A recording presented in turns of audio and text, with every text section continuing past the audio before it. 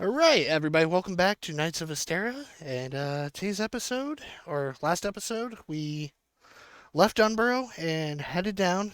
The party fought some goblins and a couple ogres, and now they are overlooking a military camp. So, right now is currently mine. You're like the only one right actually there. So, mine, you're there with Conlen, um, Harden, and Meep. Um, what would you like to do?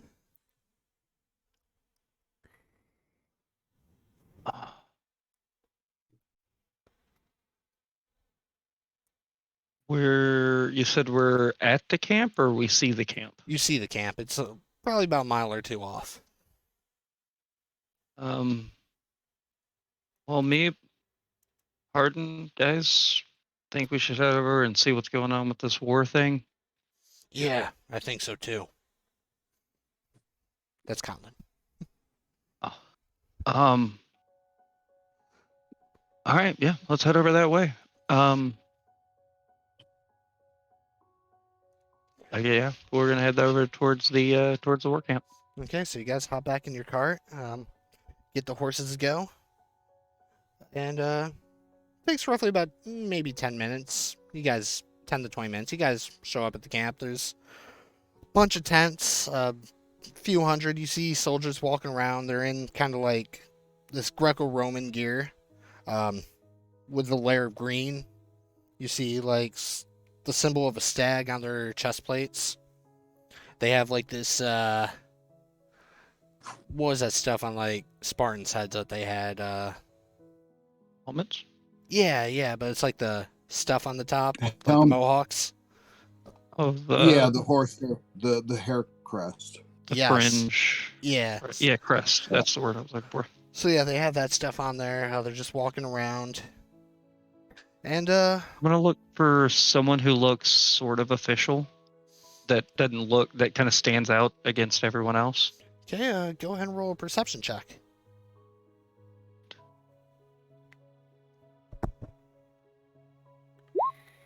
14.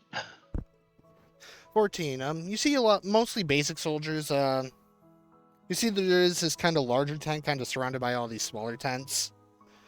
There is a guy in there. He's got a couple other soldiers along with him. His like helmet flare is kind of more horizontal than vertical, and his armor's a little bit more ornate.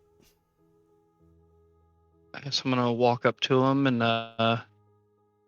excuse me, sir. I heard that there's a war going on. What's going on?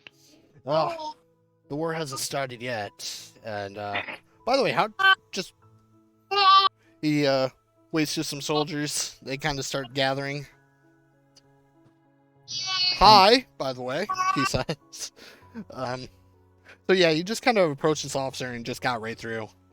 Not a war yet. Still a little confused how my security just kind of let you walk right up, but Well, I'm not really from around here. I kind of just blend into the people around me as much as possible. So that could be how I got up here. Does Dashby know about this? Is he the one heading all this? Dash B. Dash B Lar Polaris, I think was his name. Yes. We just call him Dashby. Yes, the chief security advisor of Avira. Him and the king have decided just to send our regiment, a few other regiments to the Spinal Gates, just in case the Thracians decide to attack. There's no war yet, but rumors of the king of Thracia being assassinated. I mean, they might attack. There's also a big dragon. Just letting you know. Dragon? That's been a dragon in Fjorn over almost 1,000 years. Well, the person, I guess dragon, that went to the castle, we're the ones who actually stopped the king from being assassinated. But the person that was there, we went to a town Dunborrow, and Dunborrow, it was kind of all undeady and nasty and gross, but there was a cool mansion. Anyway, we went through the mansion and we ended up running into the person that tried to assassinate the king, tried to kill them. They turned into a dragon. The dragon spit like this purple fireball stuff at us. Yeah. All right, so I'm gonna need you to make a persuasion check.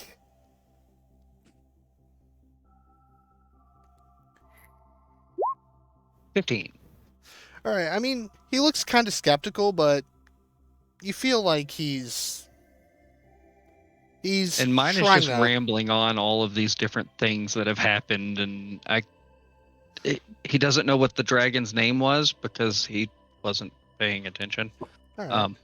So Conlen he will was step. still kind of in his All right. fog. So Conlen will step forward. Yeah, the dragon's name, according to Mage Caspar, was Hrothmir, something like that. And then guard comes, Hrothmir, are you serious? Yeah, Rothschild or Mir or whatever it was. That's impossible. Oh, it's possible. He tried to fry us. Huh. He just kind of sits down in a chair for a moment, looks down at like his map and stuff like that. That definitely changes things. Yeah, I think that's the one. Since that was trying to kill our king, I think somehow it got over to Thresia, and he killed the king there and blamed it on us. And I think he's trying to make a big world war thing. I don't know. This is Your people are very confusing to me. Unfortunately, I'm just a lowly captain. I'm ordered to go to the Spinal Gates, but if what you say is true, you're gonna have to let Lord Belaris know about this. Do you have like a person that can like deliver a message that can like beat us there or something? I don't know what they're called. I can send somebody. I do have messengers available. Yeah, I'll send a messenger. How far away are we from Heroes, if I may ask, sir? Heroes, you are about say about 20 miles a day, roughly about 3 days journey. I wonder if the sending stone would reach that far. I'm gonna pull the sending stone out of my hand and see if it's before you even glowing. do that, you feel it just buzzing. Oh, well, I guess that answers my question. Hello? Is this thing on? Yes. Is this a group Mine, Conlen, and Fang? Oh, I got deep in my voice. This is mine. Is this Dashby? Yes. We just I was convening with the king, and yeah, Mage Caspar just kind of appeared to us. Said you guys broke the curse over Dunborrow. And yeah, and then this big dragon came and hit us, and I'm just gonna keep on rambling. Yeah, and like he just kind of interrupts you there. He's like, yeah. We heard about that. Well, first things first. Are you near your ship? No. We ran into. What was your name again, sir? Talking to the captain, dude. Captain Philippe. Yeah, we ran into Philippe. We were trying to figure out what was going on because there was just a bunch of people in the middle of oh, thank you. A bunch of people in the middle of a field. So we figured we'd investigate it for you. Turns out it's your people. Yeah. The news of the Thracian king being assassinated is got us worried for an attack. We have several regiments head over to the Spinal Gates. They'll I'm gonna keep them posted there, but if you guys could, first things first, the king's got a reward waiting for you. We just need somebody to sign for it, and then we can talk business after that. I can sign for it. Does it involve blood? Ink and a quill. will be sufficient. Oh, okay. Yeah, because I don't do blood. Okay. That's scary stuff. There's yeah. I never asked you. Are you really Belarus? As far as I'm aware, I am. Okay, good, because there's been a lot of crazy stuff happening. Yep. So, me and the king will meet you in Heroes. Just come right to the palace. But recommend Do we need first to bring the ship? I'd recommend it. Mm, Just well, that's gonna make the day's travel like 12 days or 8, 4. I don't really understand numbers. well, if you get the ship back here, we'll waive your docking fees. Oh, cool. Free ducks. And then it just kind of goes quiet, and the stone stops buzzing. Well, guys, we've been summoned by the king, I believe. I think, as long as he is actually the king.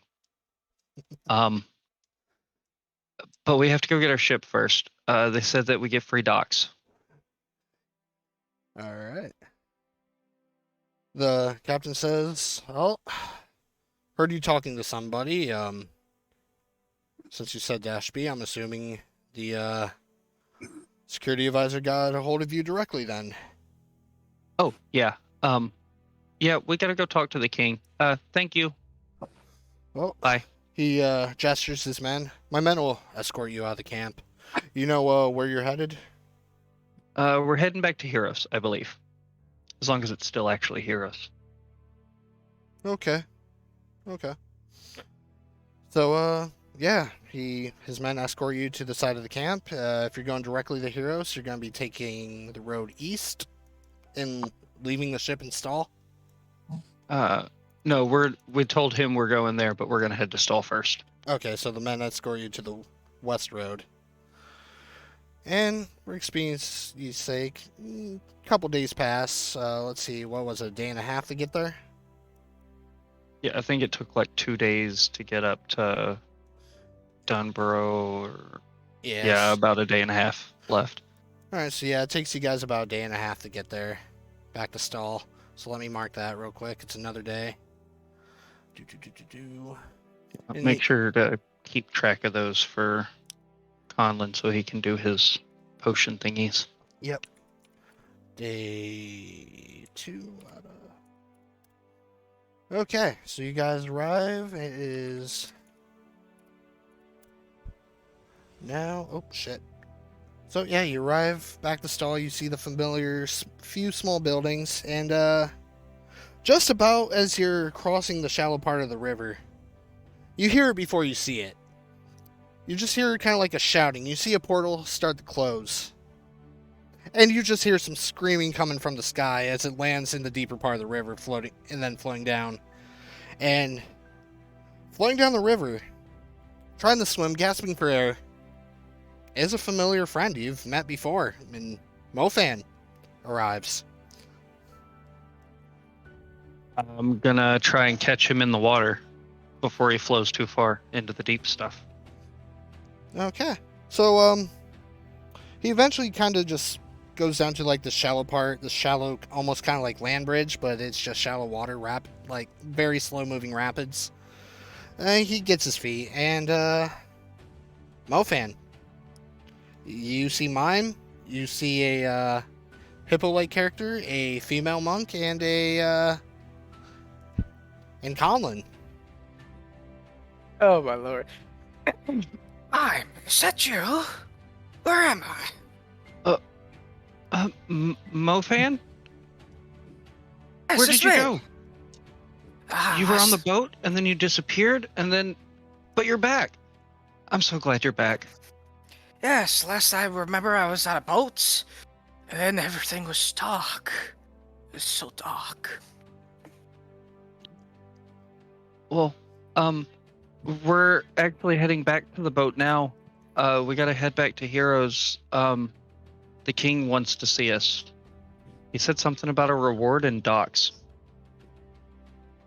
Let's be off then. Okay. Oh. So, you guys make your way. Can I do a insight check to make sure that it's actually Mofan Go ahead. and not another dragon? Man, you know I'm doing something right when I have you questioning everybody. 21. Mofan, is it actually you? Yes. It's actually Mofan. Okay. Good. You see the familiar scars that are kind of on his arms that are kind of lighting up a little bit. And, Okay. do you like them? Well, you kind of hear something over at the tavern kind of going on. Before I head to the tavern, I do want to find the person that runs the place Oh, yes. and let him know about Dunborrow, and then head to the tavern. Yep, Gardane Deep Delver. Yep. Alright, so you make your way over to Gardane's house, you knock on the door, and you hear, "Who the fuck is it?" Well, I got stuff to do, but Dunborrow's fixed. People can start heading that way. Bye. You just hear him kind of hear some like movement, some clutter moving around inside. Before he gets to the door, you're gone. And then we just head over to the inn. Okay. So you arrive at the inn.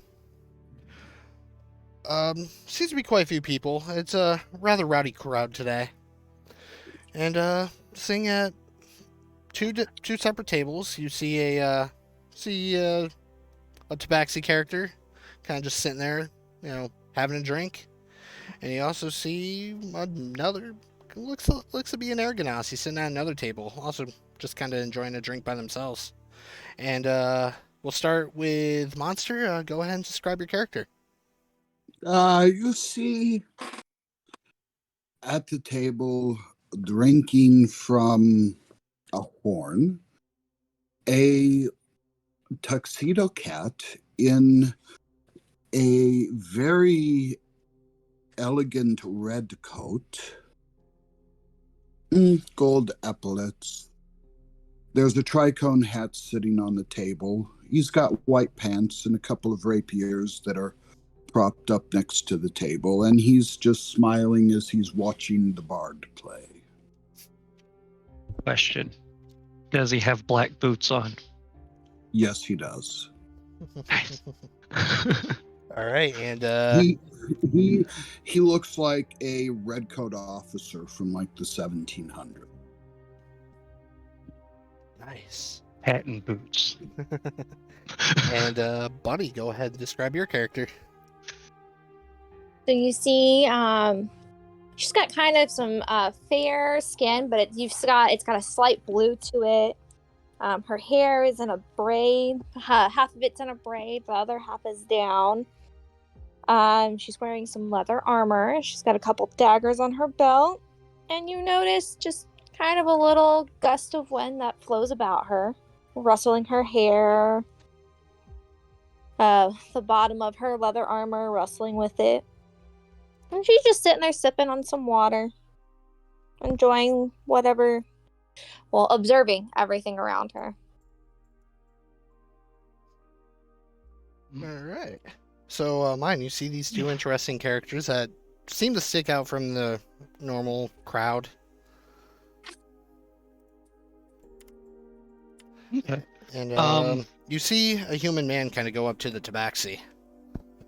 It's like, "Oi, cat! I don't see very many of your kind around here." You can tell this guy's drunk. You do not see many cats around in these parts, no? I mean, we did see a little cat not too long ago. What Little cat, the big cat. The difference. And he puts down his drink. Whenever you travelers come around, you always bring trouble. Huh. And he starts getting a little bit closer to you, puffing out his chest. You see, Raoul, he does not bring trouble. He looks for trouble. And you, my friend, you look like trouble. But this is a place of drink and merriment. Perhaps Raoul can buy you a drink and we can exchange stories rather than you doing something that you might regret. Go ahead and make a persuasion check. Yeah, you have to give Raoul a minute to get to Raoul's character sheet. All right. So yeah, you can tell this guy And is very. Raoul is not very persuasive. Yeah, you can tell this. You can tell this guy is very. This human who approached the Tabaxi is very drunk and a little bit, really belligerent. I'm gonna walk over there to the guy. Excuse me, sir. I heard you talking about adventurers. Are you looking for some help with something? The only thing he burps. The only thing you can help me with is getting fuck out of town.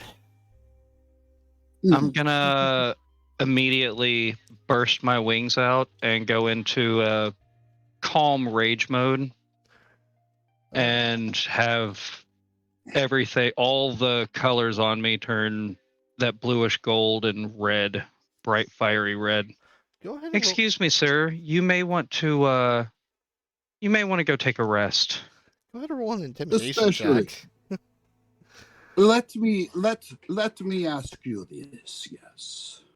You see Raoul's hand? Yes? Do you see other Raoul's hand? That is because other Raoul's hand has dagger to Mr. Drunkman's balls. Now, if you want to keep your balls, you can step away. If you would like to keep your life, then you may want to apologize to this very fantastic specimen of a creature before he guts you. All right, so And with 18 intimidation from mine and a 2 from Raoul, mine came in saved it there. So as you have the knife pressed up against this guy's balls, and mine just kind of comes in, does this flashy display of power, and the guy just kind of looks for a second. He's like, all right, meant no trouble by it. Grabs his drink and goes. And mine drops all of his color back down to basic light glow and excuse me, are you a talking cat? So mine, this cat is more humanoid in size. Mine doesn't understand that. Okay. It's just a cat. It's a talking cat. All right. It's bigger. All right. Raoul is not away. Why, yes, Raoul is indeed a cat. Oh, we just had a talking cat. Well, had. Anyway, my name's Mine. Conlen. We're actually about to head back to the City of Heroes. What brings you this far? What brings you to here?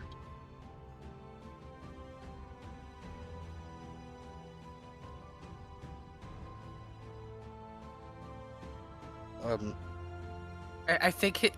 Oh, yeah. His internet just cut. Oh, he's Yeah. back. Did I freeze? Yes. Yep, you froze. Okay, I'm terribly sorry about that. Where were we?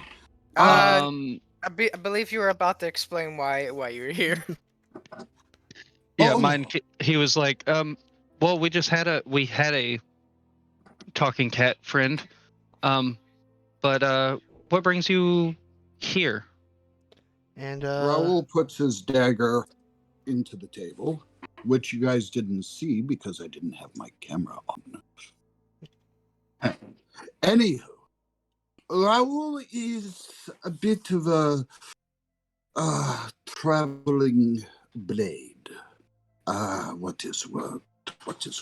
Mercenary. Yes. Oh, Swatcher of buckle, knitter of needles in twists, and Good time. Cutting out a little bit. But it's at this time you see the door swing open, and you see a familiar human clad in medium heavy armor. And it's Drago, who you left to watch the boat. And he goes over, and he sits next to the air Ganassi. And he asks, this table taken? You mind if I have a seat? Sure. So he pulls up a chair, sits down, looks over, and he sees his crew. He waves to you guys. Oi! Fellas, over here.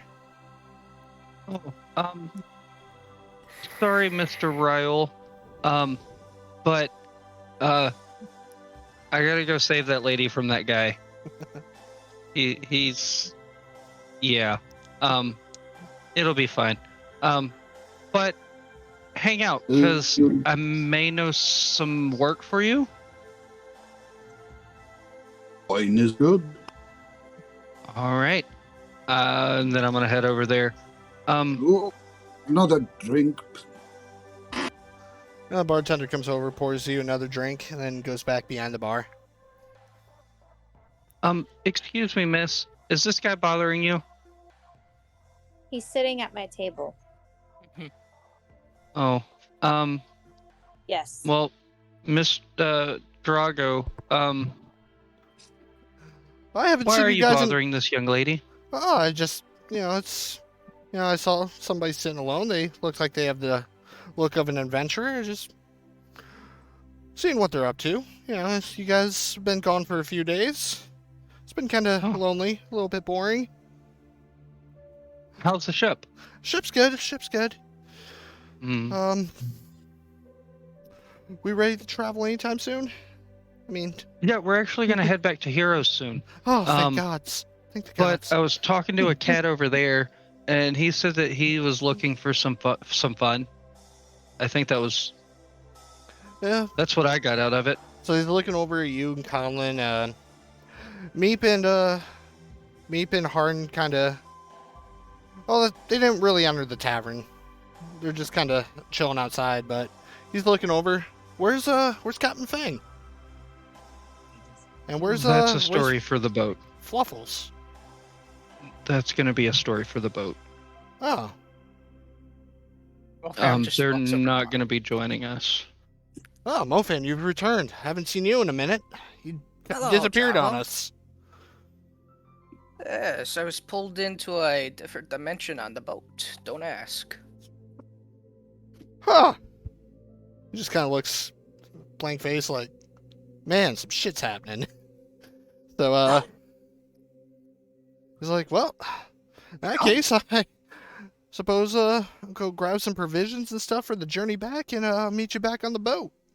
Gets up, slides his chair out, here. and, Do you still have any money for provisions? Oh, yeah, he's got plenty of money still. Okay. Yep. So, yeah, he then proceeds to leave. Excuse me, miss. I'm sorry about him. We kind of left him on a boat for, I don't even know how long it's been. Time to construct and all that fun stuff.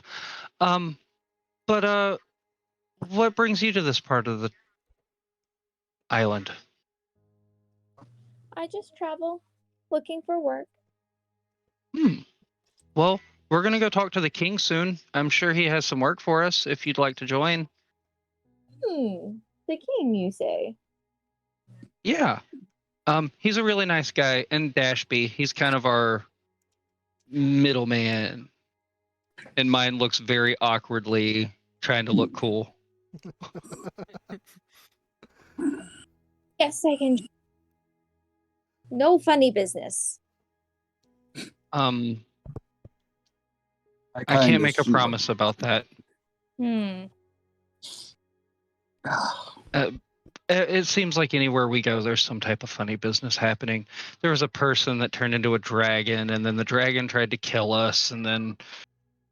Anyway, I'm not from around here, as you could probably tell. You sound And... I shall join you. Awesome. And Raul, I'm sure you Yeah. probably heard that. We're headed to go talk to the king, and I'm sure that there's business to be had if you're looking for fun, Dra- adventure. Dragons, you said? Yeah, there was this big dragon. He was spitting like purple fireball stuff at us. Dragon with purple fireballs. That must be uncomfortable. I But know. yes, Raoul will join. Conlen steps in briefly. Yeah, has a nasty habit of bringing things back to life. Oh yeah, we fought a bunch of zombies too. They were fun. It kind Raoul of turned some of our immediately- people into zombies. Raoul may be immediately regretting this decision. But it'll be fun. Fun is when you get to spend the coin afterwards on wonderful drink and beautiful women. Well, I mean, if it's coin you're looking for, I could give you like 20 gold now. No, save your gold for now. We will come to terms later, yes? Sure. Maybe it'll be the king paying, hopefully. I don't know. Anyway, we have a boat. We are men of the world, yes? I'm not of this world. Knew it. So, You were saying some fancy words that Raoul didn't know. Raoul caught you right away. Celeste and Raoul, what you guys see before you is, he looks almost like a gnome, but he's got these really kind of like sparkly wings. And you also see a human who's got like these scars that go up his arm that like emit various colors depending on his mood. And you also see just a standard looking half-elf guy with him. You kind of glitched out there, Rage. Oh, sorry. Yeah, you're passing through the Death Star's gravity well. Yeah, I gotta stop streaming. Okay. So, sorry for the technical inconvenience, everybody. My internet went out. All good. But yes, as I was saying, you see, he appears to be a fairy, about gnomish size. You see bluish gold wings, all sorts of baubles and things on him of just random things that most people probably wouldn't even think of value. And a little small squirrel on his shoulder. Oh. Magnificent. You even come with your own snack. No, don't eat this. It'll give you heartburn. Oh, spicy snacks. Raoul likes those too sometimes. A little bit more spicy than you think. You'll see. His name is Nutty. Oh, if you named it, then it's beyond a snack, and now it's friendship. Raoul couldn't eat a friend, no. Maybe. Depends on the last name. If it was Donner, then maybe, yes. Raoul would eat. But, yeah, so Conlen kind of heads out toward the ship. I'm gonna walk outside and find Harden and Meep. Harden and Meep are just standing outside the tavern as well. Conlen kind of joined them. Harden, Meep, we're gonna head over to Heroes if you guys want to join. I'm sure that there's plenty of work to be done, and I know there's temples and things. If you want to head out with us, we can give you a ride over to Heroes. Harden just kind of gives you a look of acknowledgement, and, well, I have, my duties are calling me elsewhere, but perhaps in time we'll meet again. I hope so. You seem very smart. As do you. And he just kind of goes off. Meep, on the other hand, Meep's gonna kind of hang out. Crew, Are we ready to depart? Yeah, I'm Raoul ready. travels light, but if there is going to be danger, maybe party has healing liquids, yes? I do have one of these, and I'll pull out a standard potion of healing. Very good. But most of my healing is done magically. I don't have a lot of potions on me. Raoul is new to town. Did you happen to know herbalists? See an herbalist in town? I know there was a general store. They may have some goods. This town's kind of small. Raoul needs his catnip, yes. Okay. I don't remember the general store's keeper's name. I don't know if I gave her one. I don't know. I don't think you did, honestly. All right, so Raul, you're head toward the general store. What's everybody else doing? I'll follow Mine's- Raoul. Okay, Milfan? Is there a bookstore? There's not. This is a really tiny town. Dear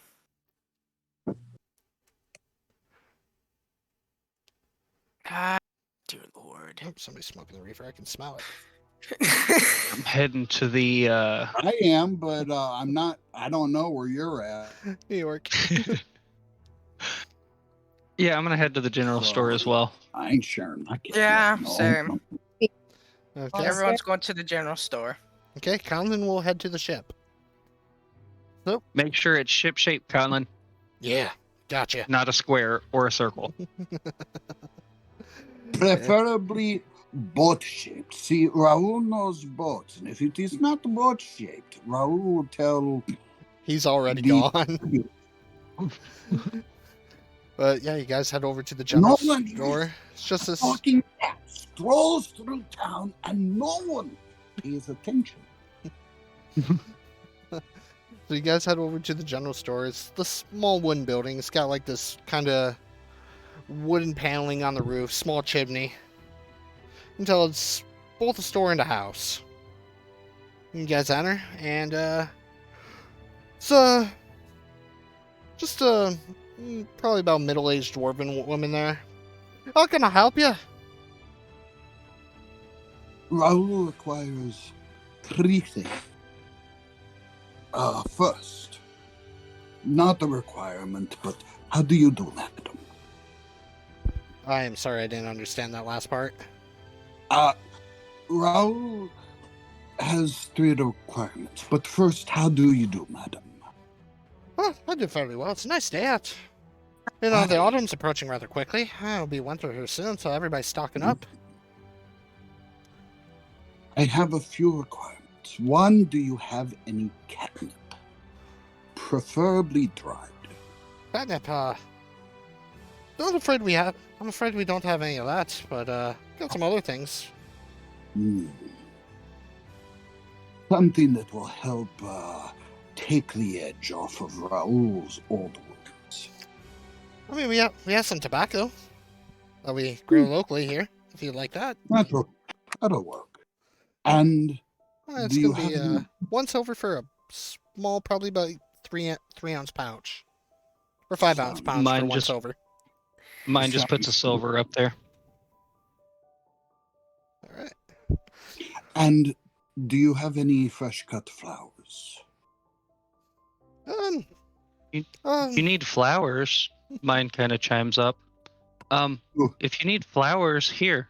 And mine just creates a bouquet of flowers and hands it.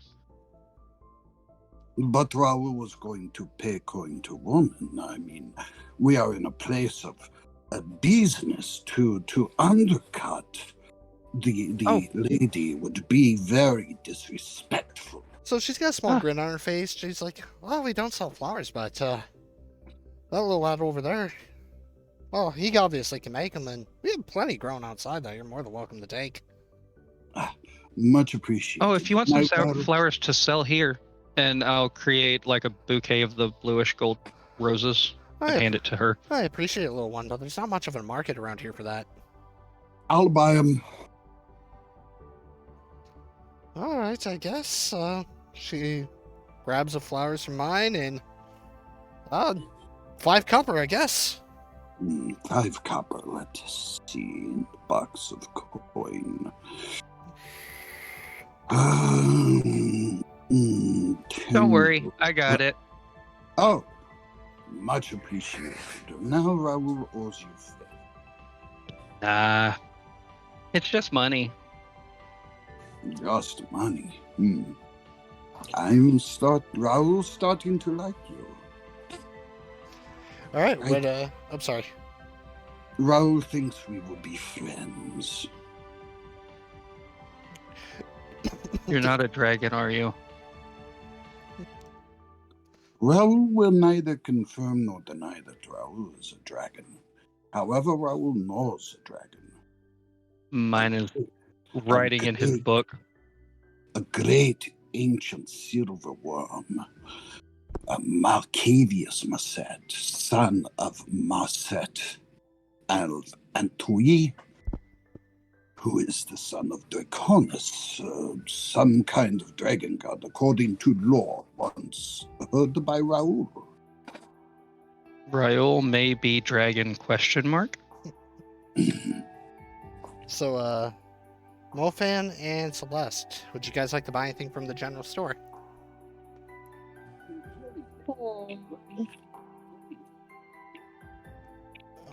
Sorry. I need a sliver of glass for one of my spells. So I could either take a glass cup and break it, or if she sells sliver of glass. She does have some glasswares, about silver each.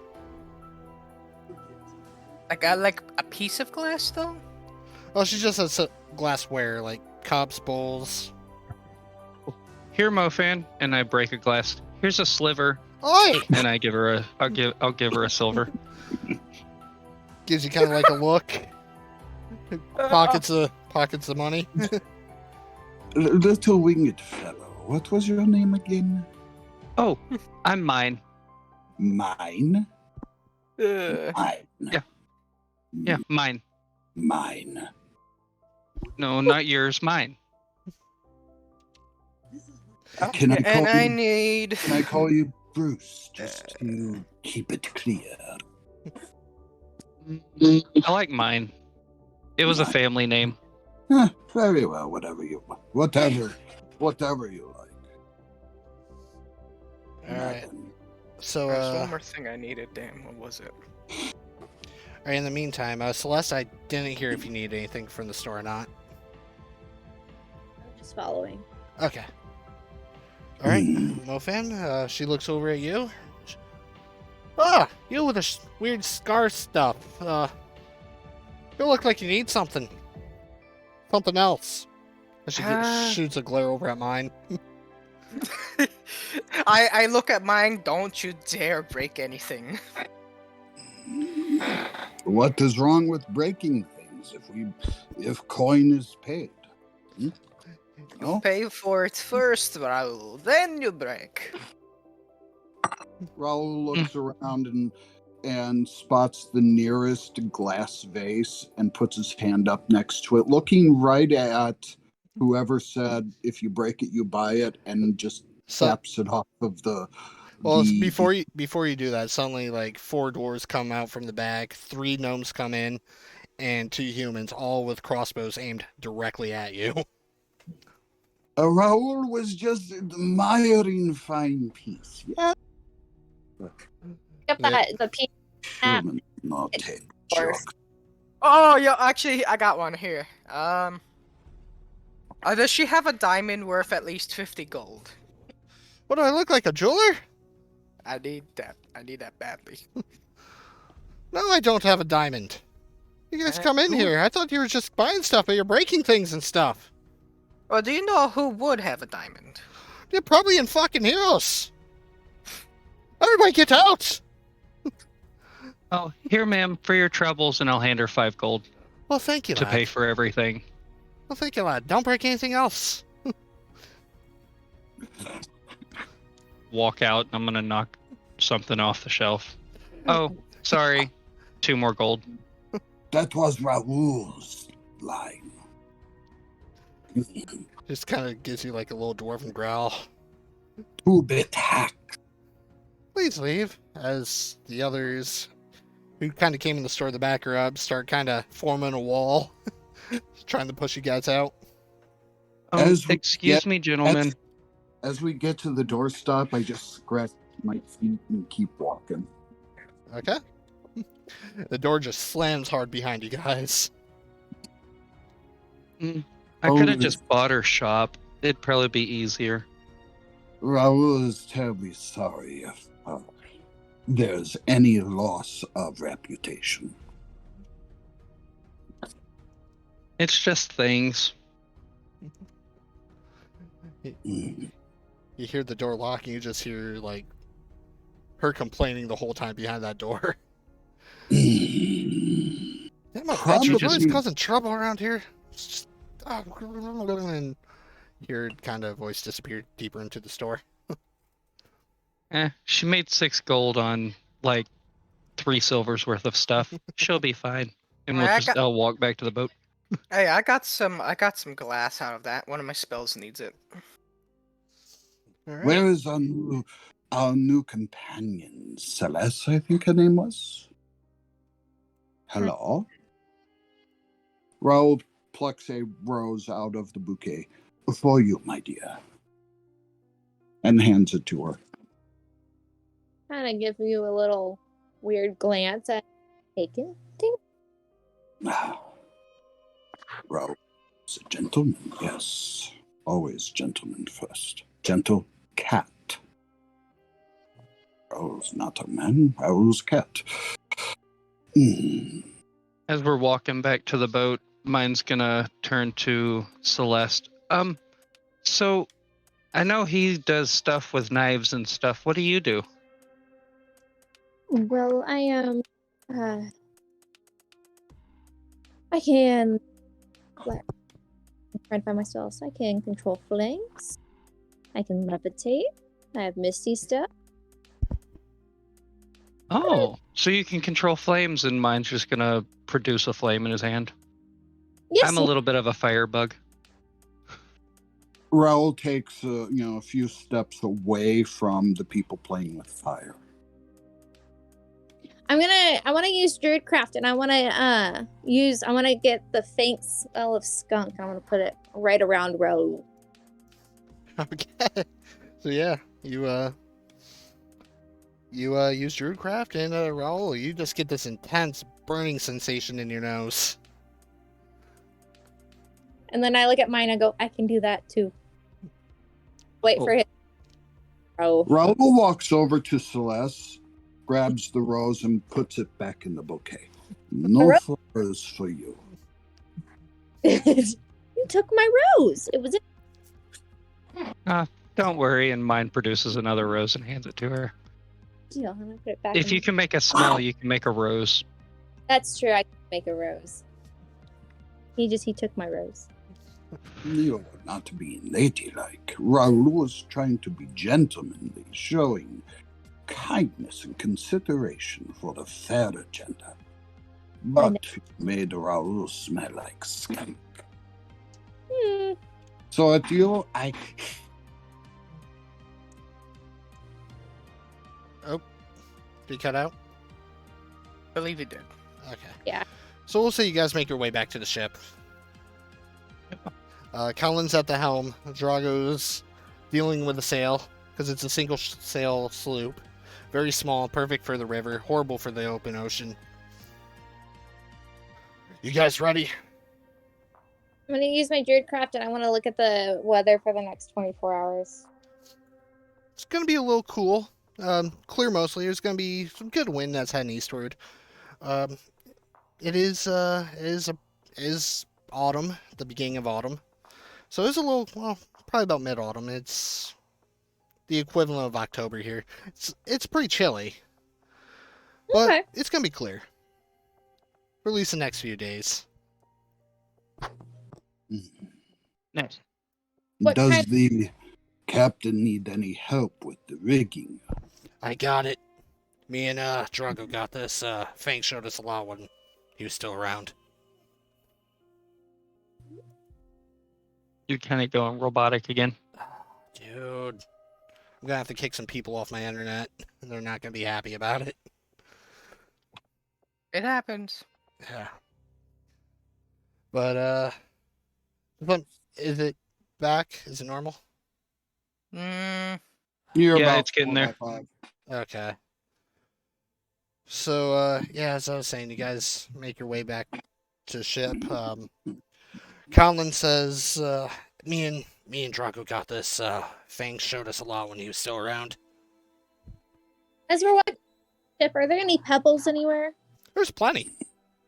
Are there any pebbles anywhere as we're walking back to the ship? Yeah, there's plenty of them. Okay, I'm gonna just pull pebbles and put them in my bag.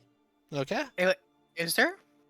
Yeah, I mean, it's kind of like a dirt path. There's pebbles everywhere. So yeah, Celeste, you managed to pick up probably about 15, 20 pebbles. About 20, we'll say 20. Okay. I need a rock. I need a white rock chip. Do I spot one? A what? White rock chip. Roll perception. Perception, that'd be wisdom. Okay, 16 plus 2. Yeah, you find one. Alright. Do I find any more?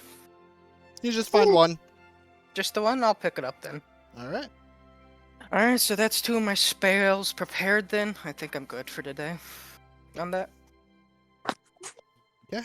So, Drago lifts the anchor. Conlen's at the helm turning the thing. Drago runs over, drops the sails, ties it off. You guys start heading upriver.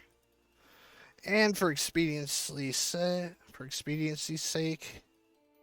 we'll say, once I get back to this map here.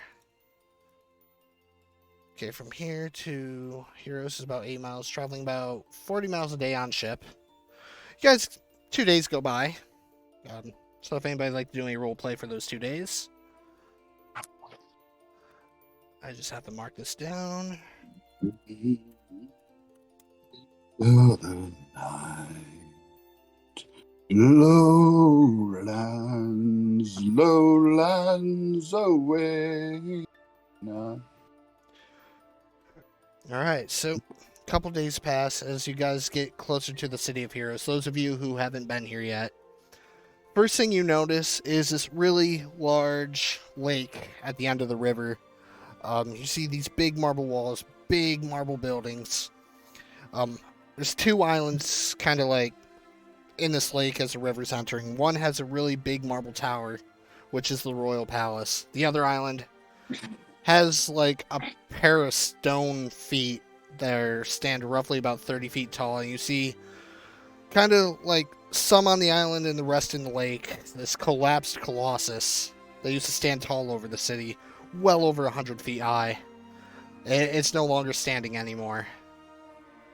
You guys get to the docks, and you see Belarus Nalar or Dash B waiting for you. Mine's just gonna run up to Dash B and give him a big hug. Oh, my! Just kind of pats you on the back. Dash B, Dragon. I think it's the one that destroyed your statue rock thing. Yes, Caspar told us. We are fully aware of the situation. Please, accompany me to the palace. Okay. So let me pull you guys to the heroes map, wherever that disappeared off to. It's been a while since everybody's been back here. So from the docks, it's going to take roughly about an hour or 2-3 hours. You guys travel through the city. There's people walking everywhere. There's a bunch of people everywhere. Cross a bridge. You see kind of some boats kind of go under the bridge toward the lake, toward the docks.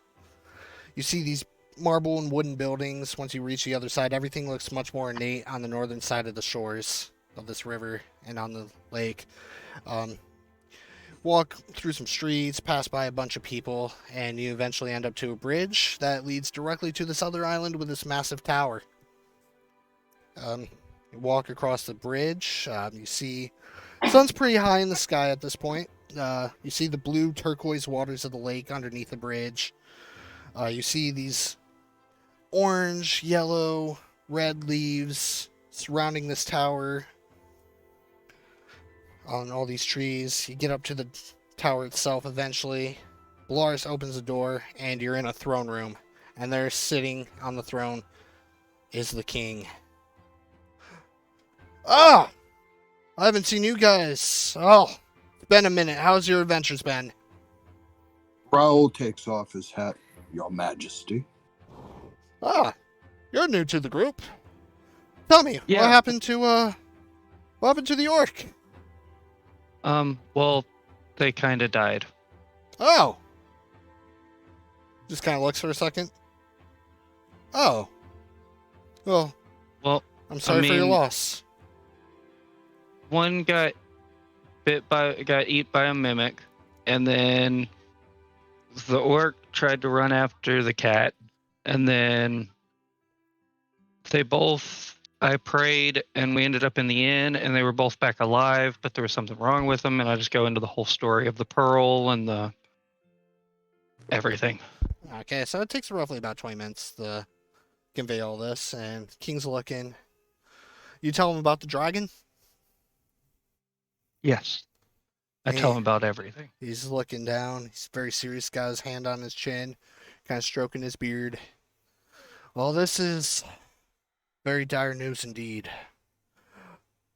Huh. Unfortunately, I have to keep my men garrisoned at the spinal gates in case the Thressings decide to attack. But, well, Caspar stopped in before you showed up a few days ago and told us everything that happened. So, as a reward for your service, liberating one of my villages from my kingdom, Lady Notch's Manor has been open, so me and Balaris talked about it and decided to give it to you fine folks as a reward for breaking the curse over that place. I just, brings out a piece of paper. Just need you to sign the deed here and it's all yours.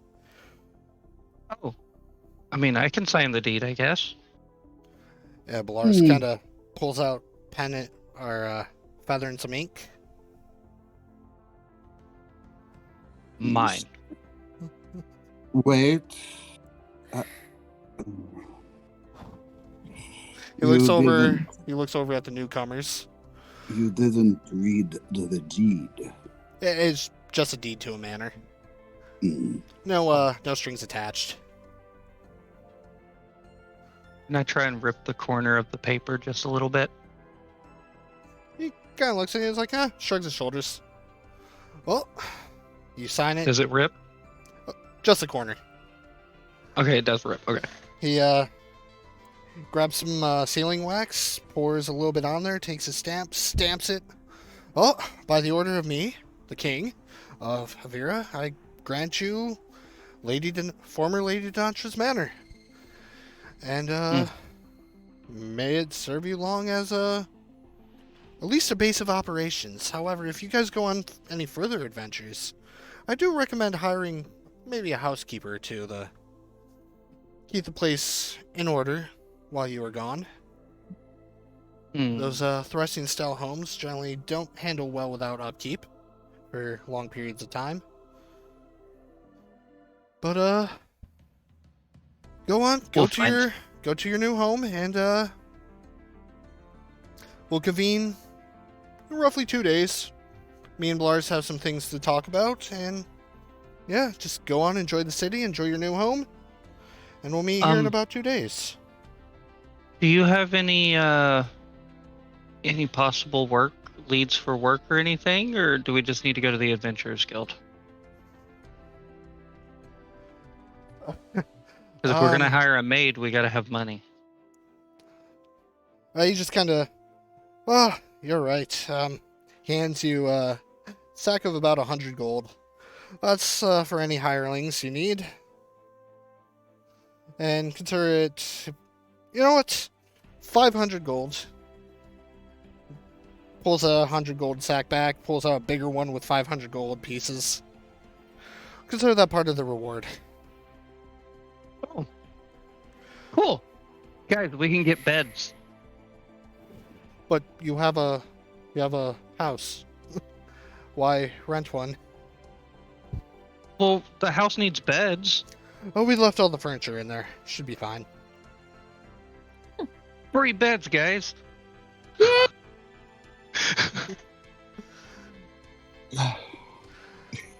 Yes. So, let me You are see. such kiddos, yes. But yeah, the king kind of gestures you. Oh, it's been been a privilege, and we'll see you guys in a few days, maybe to discuss some possible work. And just go on, go see your new manor that is now yours. We'll have to come up with a name for the manor. And but Loris, we've got some things to discuss about potential war effort here. I feel we should fortify some more the spinal gates a bit more, and as for you, farewell. And then some guards kind of come up and escort you guys out.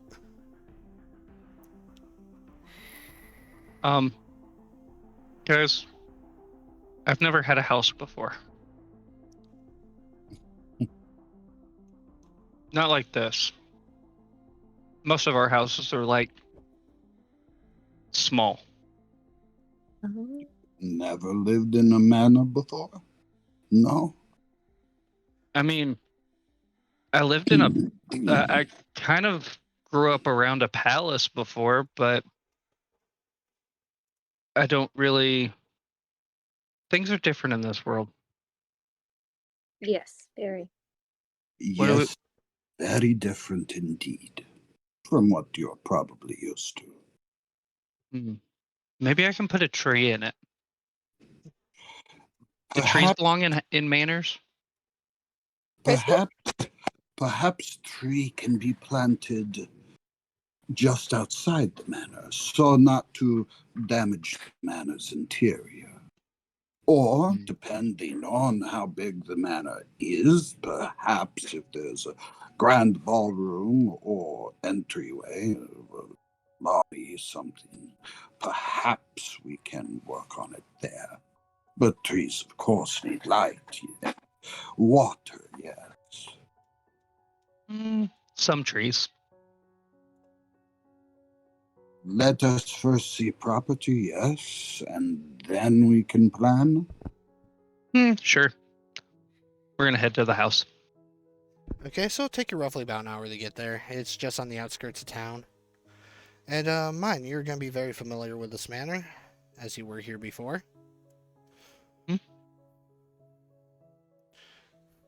Okay, so it is right now the top left map is the first floor. So you guys eventually arrive just outside the city, and it's a lightly forested area. There's this big kind of, it's mostly fully wooden. Maybe the first 2 or 3 feet is cobblestone, but like it's mostly wood. There's like runes and intricate designs carved in the wood. It's got a roof that kind of slants all the way from the top at a point all the way down to the ground on both sides. And it's a rather large building. And mine, you know this house. You've been here before. Conlen does too. Conlen, it's like, this place. Well,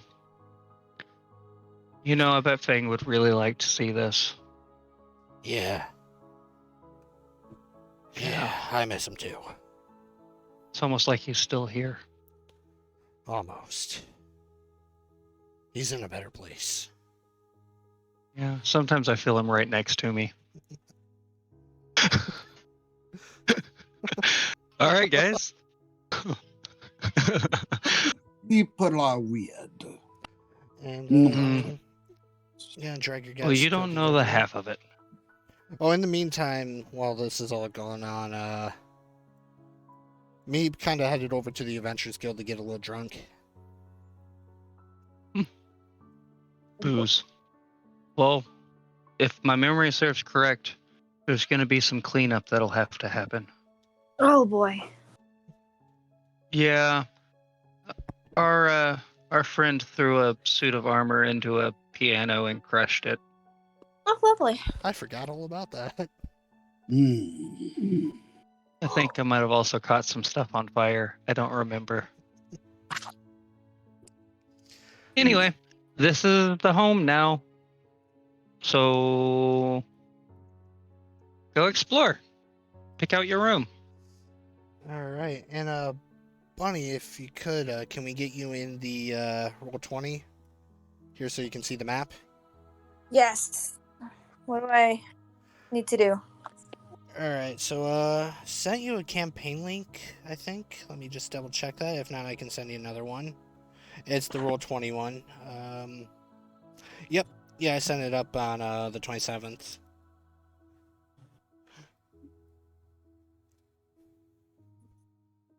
Then yeah, you just open that link and then believe it's launch. Yeah. I just want to make sure you guys are on this map. I'm trying to get my daughter in her activity center real quick. All right. All good. Okay.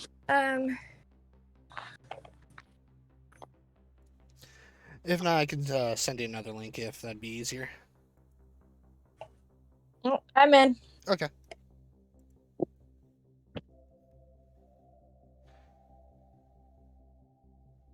Okay, so the upper left Yep. map is the first floor, the upper right is the second floor, and the bottom one is the basement. Dibs on upper floor, lower right room. Lower floor, I think upper that's right? the toilet. No, Oh. The one with the really nice bed and the fireplace and the desk. Okay. Lower right, not upper right, lower right.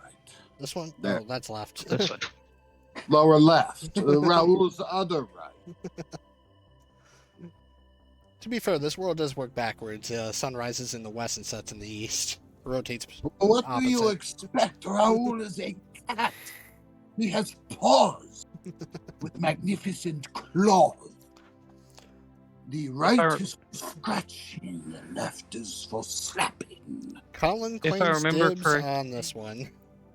Which one? No. Here. Yep, Conlen claims this room. For now. Until Remothy actually gets here. Then he'll pick his room. Oh, this room. That room has been claimed.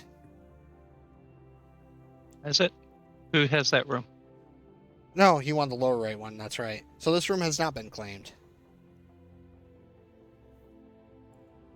So we have. Oh, I can't. Can you move his Conlen's token to Yep. where his room is? Yep, give me just a second. Alright. And then we can move. You can move. Can you move your token, monster? Do you have control over it?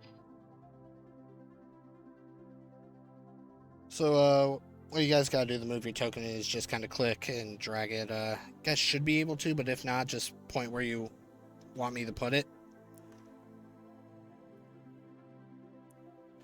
And to do that, you just kind of hold down the click on the area you want.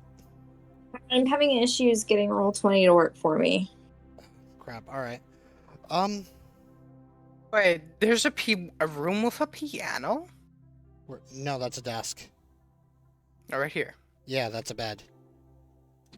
And then there's a room with a piano. That piano has been smashed. Oh, shit. That sucks. Yeah, the suit of armor kind of crashed down on it. Alright, so mine, you're taking the master bedroom?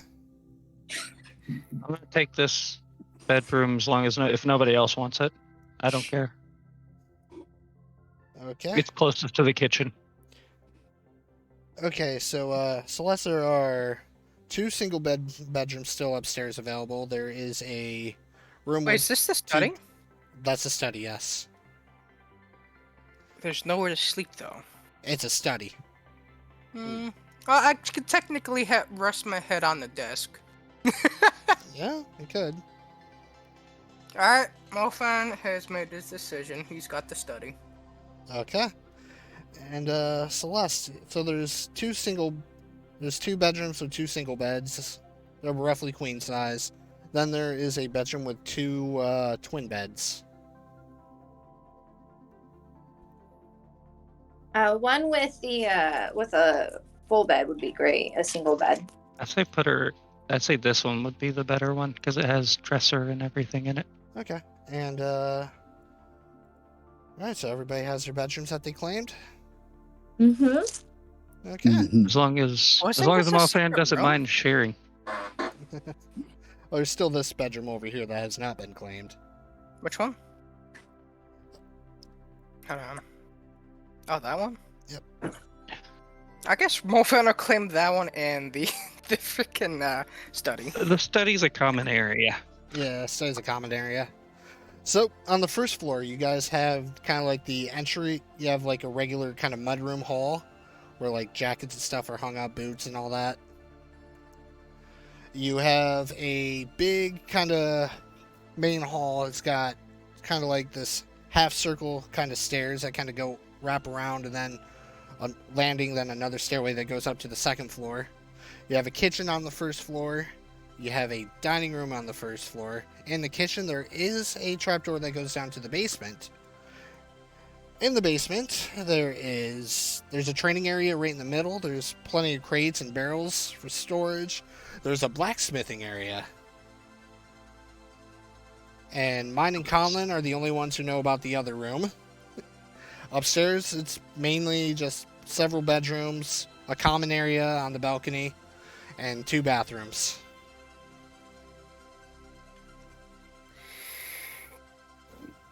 In the training area, would there be, by chance, a slingshot? Just roll a flat d20.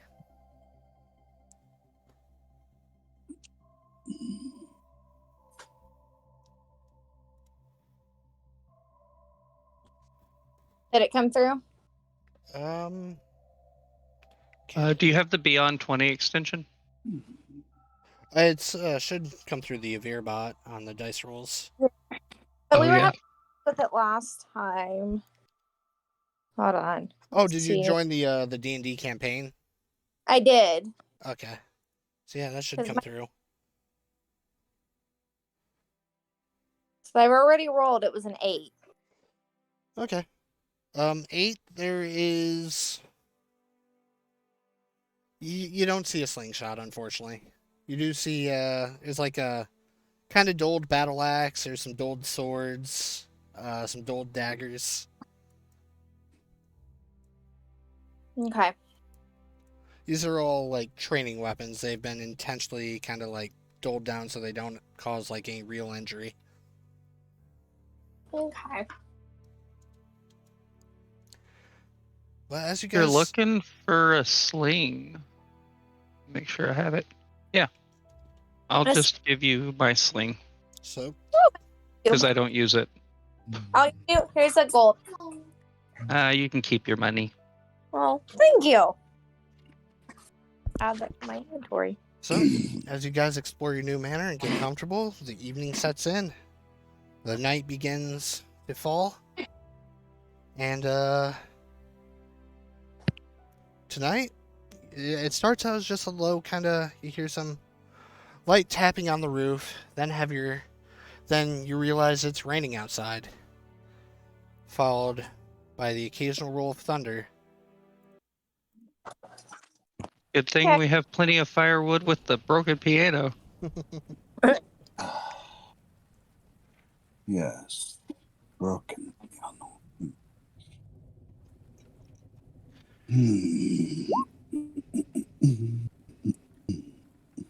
Mine, whatever animal you're handling, you got Oh. it. It was just a test to see if I got the D&D Beyond stuff working. We'll say Nutty is in a particularly good mood today. Oh, okay. Oh, I would have also brought. I would have stopped by the boat and grabbed. Where's his name? Drago? Drago could be here, but Stuart, the dog mouse. Oh, yes, okay. Yeah. All right, so yeah, Stuart followed you as well. He kind of jumped on your other shoulder. Yeah, and Drago's staying here in the guest chambers with the 2 single beds. I'm gonna let Stuart know that this is our new base of operations, and I'm gonna teach him how to cook. Okay. Okay, so you're making ratatouille. Got you. Yes. All right. So, night gets progressively darker and darker. It's getting rather late now in the day, or in the night. Are there any musical instruments that are not smashed? There was, but it is smashed.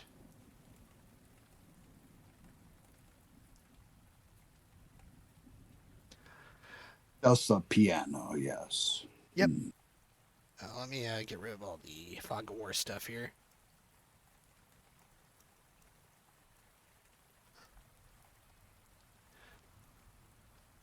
And what would you guys like to do this late evening? I want to sit in front of the fire. Okay. So, it's nice, it's warm, it's cozy. Is there a library around? There is a study. Oh, it's in the. Are there any books in the study? Yeah, there's plenty. Okay, so I just kind of actually I'll go adventure to the study and take a look at what books there are. Okay. And I need you to make a perception check. Okay.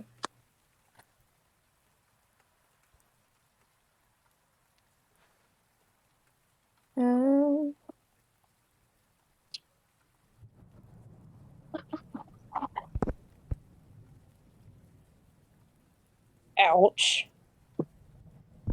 Okay, with a 7, you don't particularly notice anything odd. But you go into the study, you see shelves that kind of line the walls, you see a desk in the middle. Each of these shelves is packed with various books. Okay. But nothing very interesting, apparently. It's mostly like political stuff. Conlen tells you that this house used to belong to an ambassador.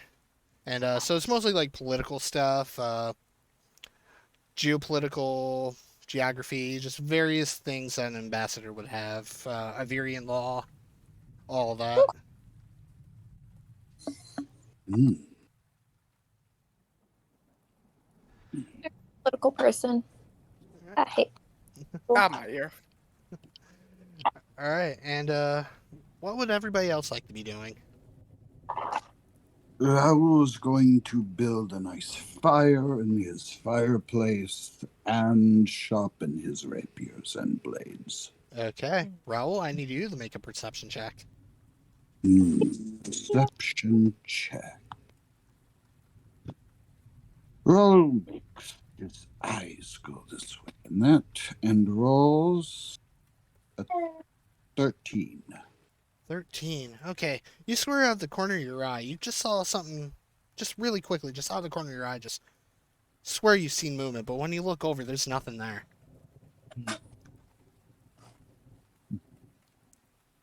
Drawing a knife from my boot, I'm going to peer around, I'm assuming like the corner of the bed. Okay, so you look around the corner of the bed, you look under it, you don't see anything. Curious and curious. I put the knife back in my boot and go back to my rapiers. Okay, so... But I'm going to keep my eyes I'm going to keep Raoul's eyes peeled. Okay, so mine or Mofan?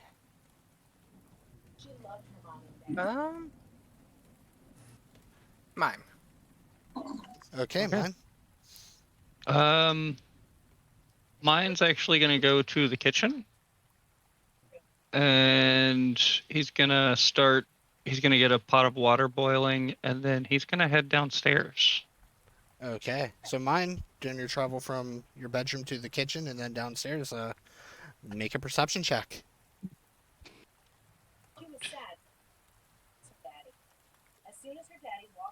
Oops, didn't mean to double roll. That's all right. Either way, it's 7. 7.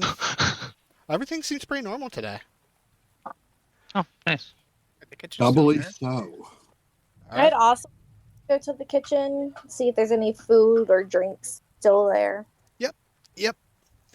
So, yeah, the kitchen's been freshly stocked. The king knew you guys were coming and had this place stocked up with fresh food and stuff like that. There's some water barrels to the north of the room, next to the trapdoor that goes down to the basement. Hi. Are there any wines or meads? There are some barrels of wine and mead downstairs. Under the trapdoor. Okay.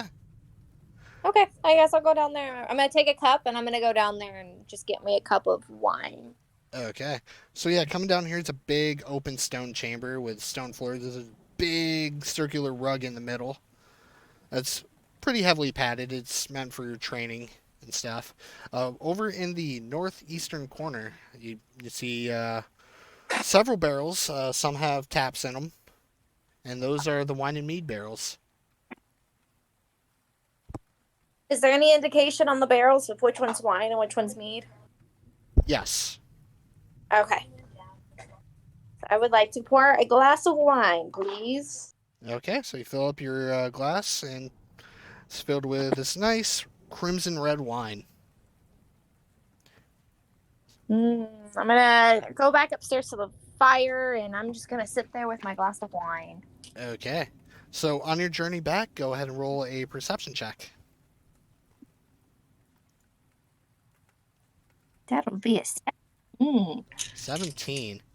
So as you're climbing back up the ladder, you think you see the door to the kitchen just kind of slowly move, almost as if it's about to close, but it doesn't quite close all the way.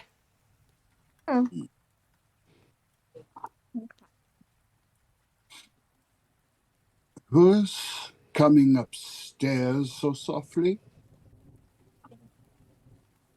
Oh, yeah. Raoul perks his ears. Okay. And peeks out his open door. All right, so you see Celeste heading back up the stairs toward her bedroom. Good. Raoul hangs his coat up and puts his rapiers back to their scabbards at his hips. Celeste, Raoul thinks that we, as party, may not be alone in the house. I have to agree with you. Out of corner of Raoul's eyes, Raoul saw something scary. But when Raoul turned to look, it was gone. I was in the kitchen, and I was coming up from the trapdoor. I got some wine. Would you like to try it? Ah, of course. But as I was looking up the ladder of the trapdoor, I saw the kitchen door move, but there was nobody there. First wine, then investigation. Yes? Yes! Yes. It's glass. I'm going to share my glass of wine with Ro. Okay. While you guys are doing that, Mofan, what are you doing? He comes out of his study, and he looks at the piano, and he wonders to himself, "Such a shame, such a beautiful instrument, meant for playing music." And he ponders to himself if he can repair it. It's pretty smashed.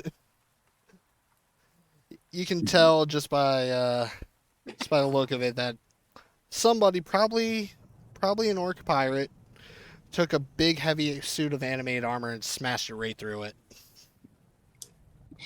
And Mofan's just looking at this, and he has a flash. He's like, "Thing, why?" So, Mofan, I need you to roll a general perception check. A general perception. Just a okay. perception.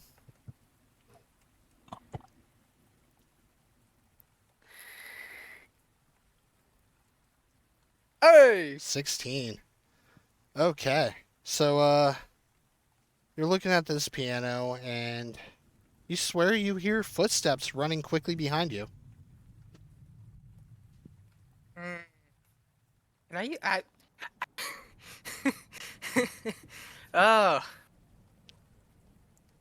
I'll pay no mind to it, but I'll go to where's mine at the moment? Where is he? Mine is down in the basement, Okay. How do I get there? through the kitchen. Okay. Where? Wait, Trapdoors here. right there. Yeah, you don't actually have to you don't have to like fully do it. Just tell me what you're doing and we're good. We're going to mine. Okay. So, yeah, you head downstairs and there's mine. So, mine, what are you doing? As Mofan comes down the ladder. Oh, mine? I'm just sitting there in the middle of the carpet with my bird pipes Okay. and trying to think of a song to play. Okay. So, yeah, you just see mine sitting there and, it's just kind of looking at his bird pipes, just deep in thought. All right, so we come up behind mine. We tap him on the shoulder. Oh, sorry. Hi, Mofan. What's up? We may not be alone in this house, mine. There is something afoot, and it is not of this world. Beat of not of this world. It may not be of this world. I do not know yet. Just real quick, how would Mofan know that? All he did was hear footsteps. Oh no, he didn't check, but he didn't even bother checking. So as far as Mofan's aware, there could be a squatter. True. That's true. Oh, I got it. And mine's gonna just start playing a basic C tune that he heard once. Okay. And so at this point, Celeste and Really badly, apparently. Raul, you guys start hearing music come all the way down from the basement, and it's kind of rough on your ears, Oh, Jeez. what? but it is very faint because you guys are 2 floors apart. What painful rack. I know. Could it be my fault? Oh, sorry. Cut out there. Who did? Me? You did. Celeste. I said, could it be mine or Mofan? Most likely it is the winged one, yes. Mm. And I'm gonna The see one if who anything says happens while I'm playing. mine is here. Okay, with the performance. Oops, sorry. I believe. Shall we investigate? Yes. No. Raul has better Oh. idea. Raul has better idea. Listen, we separate. Go check rooms around top floor. Sweep top floor. Make sure nothing is here first. Then we sweep bottom floor. And we let mine be Pied Piper. Yes? Ooh, yes. Yes. Raul may be a cat, but Raul is smart. All right. So mine, your performance on your bird pipes, you don't notice anything really happening. Just you see Mofan kind of covering his ears. Well, Mofan's already gone. Oh. As fast as it came, as fast as he left. Oh, okay. So nobody's around. I'm just gonna keep on playing. Okay. All right, so at this point, I need everybody to roll not a combat initiative, just a turn initiative. So we kind of have an order. All right. So, Sing me a song of a cat that is gone.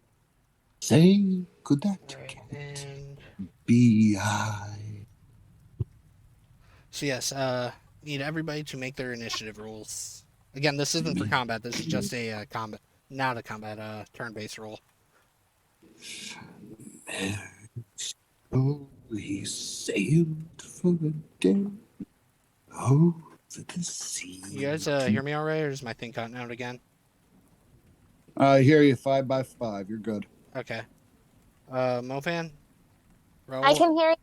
I can hear you just fine. Okay, so, yeah. Okay, there's the initiatives. All right. Yeah. Initiative is wrong. My daughter is being very noisy. It's all right. So Celeste rolled a 6. We have Mofan. He rolled a 20. Nice. Ow.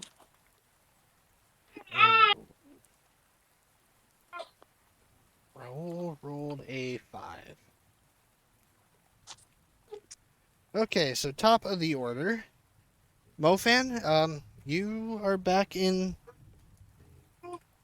You're back in the, whatchamacallit, the main hall there. What would you like to do?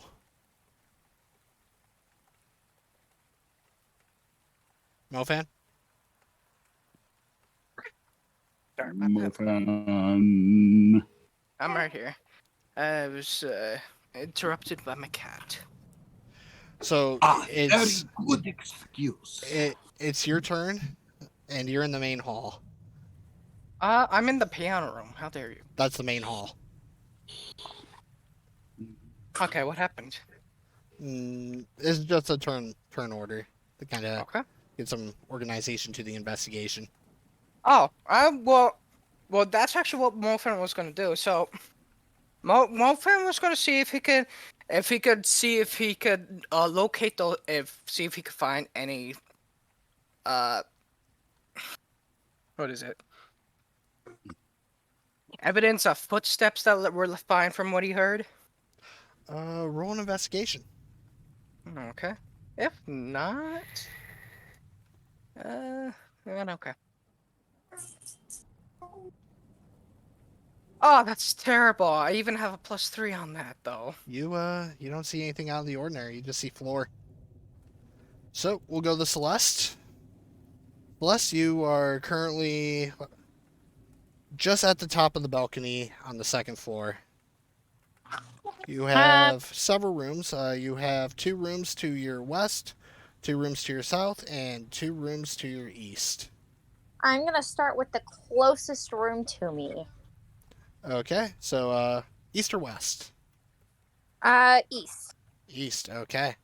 So you enter what is you claimed as your bedroom.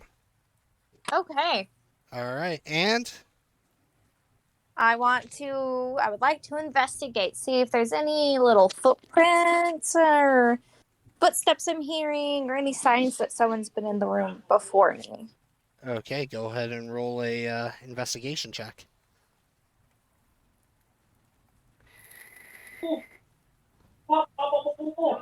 That will be a 15. 15. Okay, so I need you to make a wisdom saving throw. Oh boy.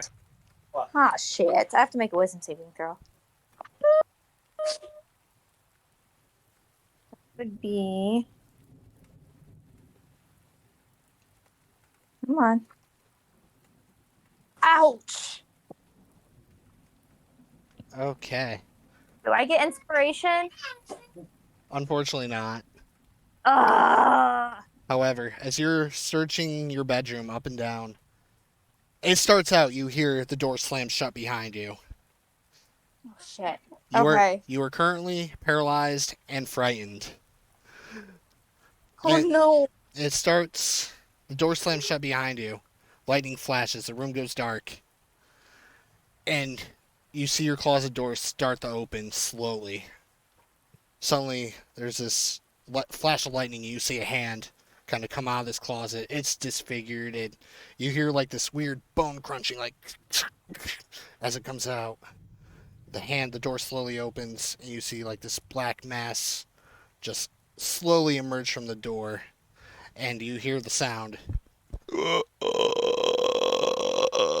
as it's slowly approaching you, crawling toward you slowly, slowly, and slowly, making its way toward you. I need something to kind of represent this, so we'll use this. Oh, well, I can't see anything because Roll20's not working. So, Oh yeah, so you have a closet door just to your north, about roughly 20 feet away from you. okay. And yeah, you see this thing. It looks humanoid almost, and you see long black hair covering its face, and it's crawling on the ground, making. I'm sorry. Sorry, my husband just got home. Can I use Druidcraft to do a gust of wind around his hair so I can try and see his face? So you go to try to do anything. Your body cannot move at all. You can't speak. You can barely breathe. As this thing. Actually, I can because I have. It is. Where is it? But you are paralyzed. I am paralyzed. I can breathe because I have what's it called? Unending breath. You can hold your breath. Yeah, you can breathe. It's just you can't speak. Okay.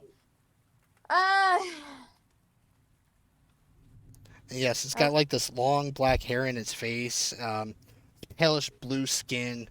You can't see its face, but every time it moves, you just hear this cracking, crunching sound of its bones. Okay, then I'm just gonna pray and hope that Raoul hears something. Speaking of Raoul, it is your turn. You are currently, we'll say, you are in the common area upstairs on the balcony. Okay, and I do indeed hear something. You hear the door slam, her bedroom door slam. Okay.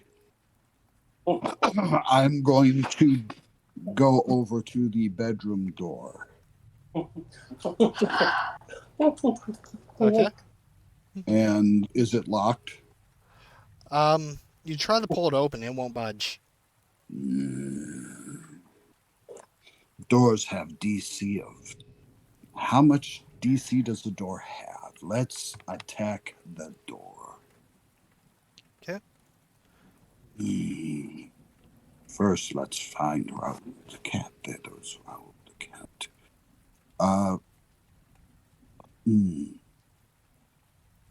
Okay, I'm going to attack with my rapier. Okay. I have 2-weapon combat, but that doesn't allow me 2 attacks, correct? Because I only have 1 action. Well, 2-weapon combat, you can use an action to attack with 1 weapon, and then say you have a dagger or something like that, you can use your bonus action to attack with that. Okay.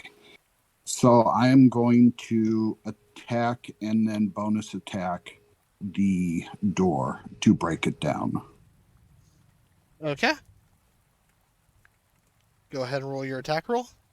Okay. Does a 25 hit? 25 absolutely hits. Go ahead and roll critical damage. 14. 14. Okay. Yeah, so you hit this door and you feel it start to give a little bit, but it's still not quite there. I'll follow through with the second attack then for my bonus action. Okay. That's going to be a 24. That absolutely hits. For a mere 6 points of damage. Okay, with that, the door finally swings open and you see Celeste standing there. And you see like this black mask kind of out of the closet. It quickly catches a glimpse of you as the door opens, retreats back in the closet, and Celeste, you're no longer paralyzed. Celeste, come on. Yes. Celeste, Yes. come to Raoul. Can you move? No. You're no longer Okay. paralyzed. When it retreated, it dropped that. Are Oh. you okay?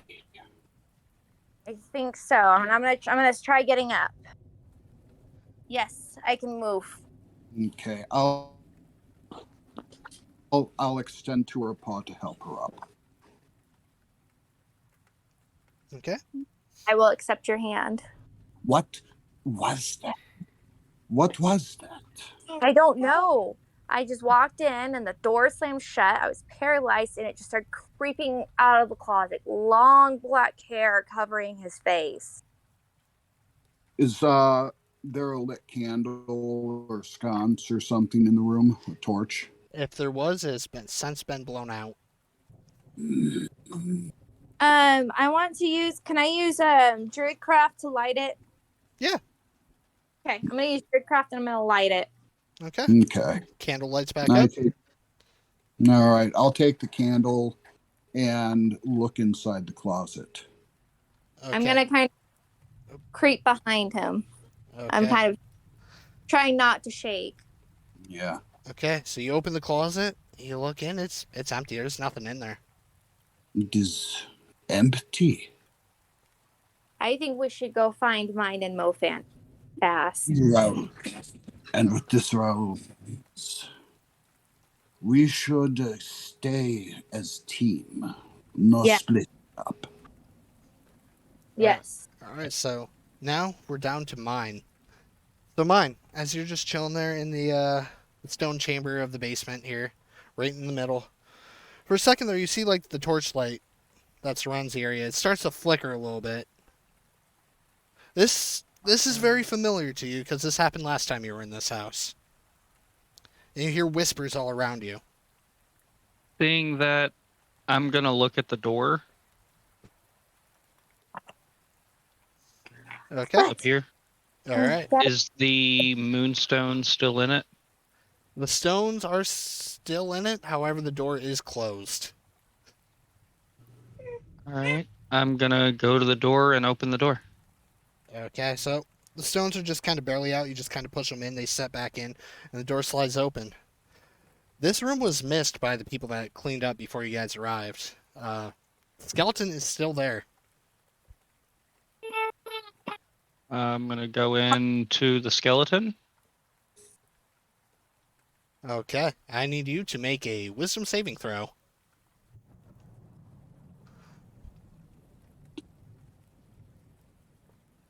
$16. 16. Okay. You don't know what it is. This overwhelming sense of fear just starts to take you. You're still able to move, but for some reason, some kind of fear has really gripped you. Is there still an amulet or anything on this pile of bones? I don't remember. I can't remember if you guys took that or not. I don't have it in my notes. We'll say it is. Because I'm Okay, I'd like not to 100% grab. sure myself. Yeah, I don't have it in my notes. It would have probably been in. It might have been in like Fangs or maybe Conlen's, but I don't think so. I can't remember who did it. If we did take it. All right. So as you grab the amulet from the skeleton, the minute you touch it, your body just kind of stands there for a second, and you start seeing flashes. The first flash you see, this is like all in first person too. You see like your arms are chained to the wall, and you're in the point of view where the skeleton would be. You look down, you see you still are alive. You're still breathing, although heavily. You look up, you see your wrists are still in the manacles. You try to, shake them, but they're not going anywhere. The door opens, and you see Lady Denatra come in. She looks at you. You see these reptilian eyes just kind of quickly flash before taking her short sword, sling your throat, and before your vision goes black, you're looking down. You see this long black hair in front of your face, like your own long black hair, kind of in front of your eyes before everything goes dark, and then you're back to mine. Then I'm going to take the body. I'm gonna take the skeleton Okay. and get it all together. All right. And then I'm gonna start heading out with the skeleton. Okay. And then we'll go back to Mofan. So Mofan, you were still in the main hall. You investigated and did not find any footprints. Would you like to do anything else? Mofan is. Okay, so he's still in the main hall. I guess he'll make something to eat. Okay, so you go to the kitchen. You see the trapdoor kind of pop open. First, you're a little startled, but then you see mine just kind of pop his head up. He's holding something. Mine? What in bloody hell is that? Well, it's the prior resident, the prior owner. The dragon thing that I was talking about killed her, apparently. I got this amulet off of it and saw her killing herself, but it was the her that was the dragon. It's very confusing. We need to lay this body to rest. Okay. It sounds very confusing, but let's do it. Okay. And Celeste, we're back to you. I'm gonna suggest to roll. I was like, let us go find Mofan and mine. They need to know now. Aye. So we're gonna head off to find mine and Mofan. Okay. So you guys head downstairs. You guys hear some conversation in the kitchen. You open the door, and there's mine carrying like a sack of something. And you see Mofan just kind of making a sandwich. I'm calmer now, still shaking just barely. There you guys are. Are you all right, Celeste? You look like you've seen a ghost. She was attacked. Attacked? By what? I went to go check my room and the door slammed shut and I was paralyzed and this creature just started crawling out of my closet, creaking as he was taking every step, long black hair covering his face. I couldn't see anything. Oh. Then Raoul kicked in door and Yes. scared the creature away. Oh. We got attacked by those last time we were here. I have this body. It's the prior resident of the house. She was slain by the dragon that took her form. We need to lay this body to rest. It's been locked up in the basement for far too long. We can dig a grave outside. Do you think that could be linked to the attack? I don't know if it'll stop it, but in my vision, what I saw was long black hair and kind of what you described, but still in human form. Yes. Let's lay the body to rest. Celeste, you are druid, yes? Yes. Come with Raoul. We will prepare the ground while they collect the bones. Oh, Okay. I have the bones. And I just hold up the sack. Well, that was certainly very quick work. Well done, little one. Yeah, I was down in the basement playing my pipes. I don't know if you heard them. Unfortunately, you and Raoul would have to have conversation about the fine art and poetry that is music. You have found how to make sounds, yes. Well, But- it was a song from this world, and I don't really know many this world songs, so I was just trying to do something To Raoul take my knows. mind off of things. Raoul knows. Maybe Raoul can help. But let's take care of important things first. Okay.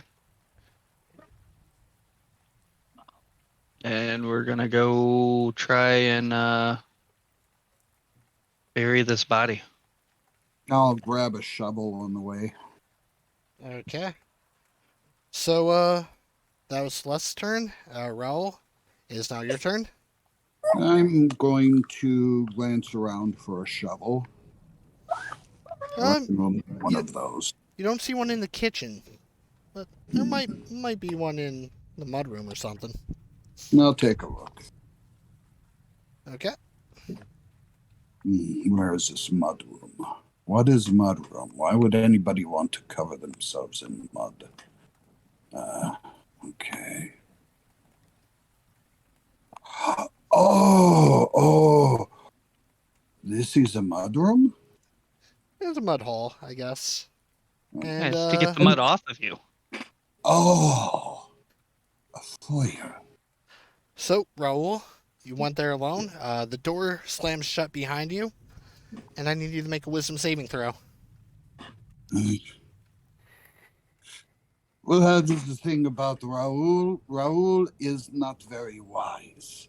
Raoul tends to run headlong into things with swords drawn, and then make a dramatic pose to scare away the enemies. All right. Ooh, so with a 6. Okay. So, your body locks up. You find yourself unable to speak or scream. And you see this large black mass just kind of floating toward the ceiling. And it loops down in almost like this eel-like shape until right in front of your face, you see its eyes. And they're bloodshot. They look tortured. You see a slit across the throat of this, and this like Might I bluish recommend, gray skin. might recommend Raoul a very good brand of eyedropper? So you try to speak, but nothing's coming out. And he is going to swing at you. And you are Well, paralyzed, so that is with advantage. Okay, so 19 plus 6, so that's 25. Wait, where'd you roll? I have dice. I have actual dice. Oh, you're using actual dice? I'm the DM, I can. So, yeah, it's a 25 to hit. oh yeah. Okay, so you take... Okay, so 7 plus... You take 11 slashing damage. And you lose 5 max HP. Oh. Swinging with her other claw.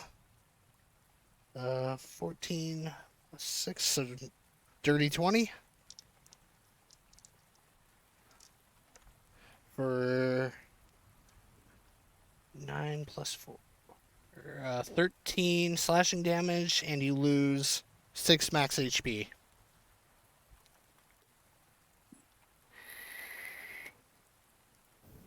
Which brings us to Mind's turn. You hear everybody hears that door slam. Hearing that, I'm gonna cast Protection from Evil and Good on myself. Okay. It posted it in the VTT for me. Didn't have to click that. And I'm going to run to the door. Okay. Nice. Are we still? Is this technically combat now movement, or is it still free movement? This is technically combat now. Okay. And we'll 25, move Celeste down 30. here to the kitchen as well. Okay, so you see the door in front of you. Yeah, All right. and that will end my turn. Okay, so Mofan, it's your turn. Alright, so... where the hell is it? We're obviously moving as well.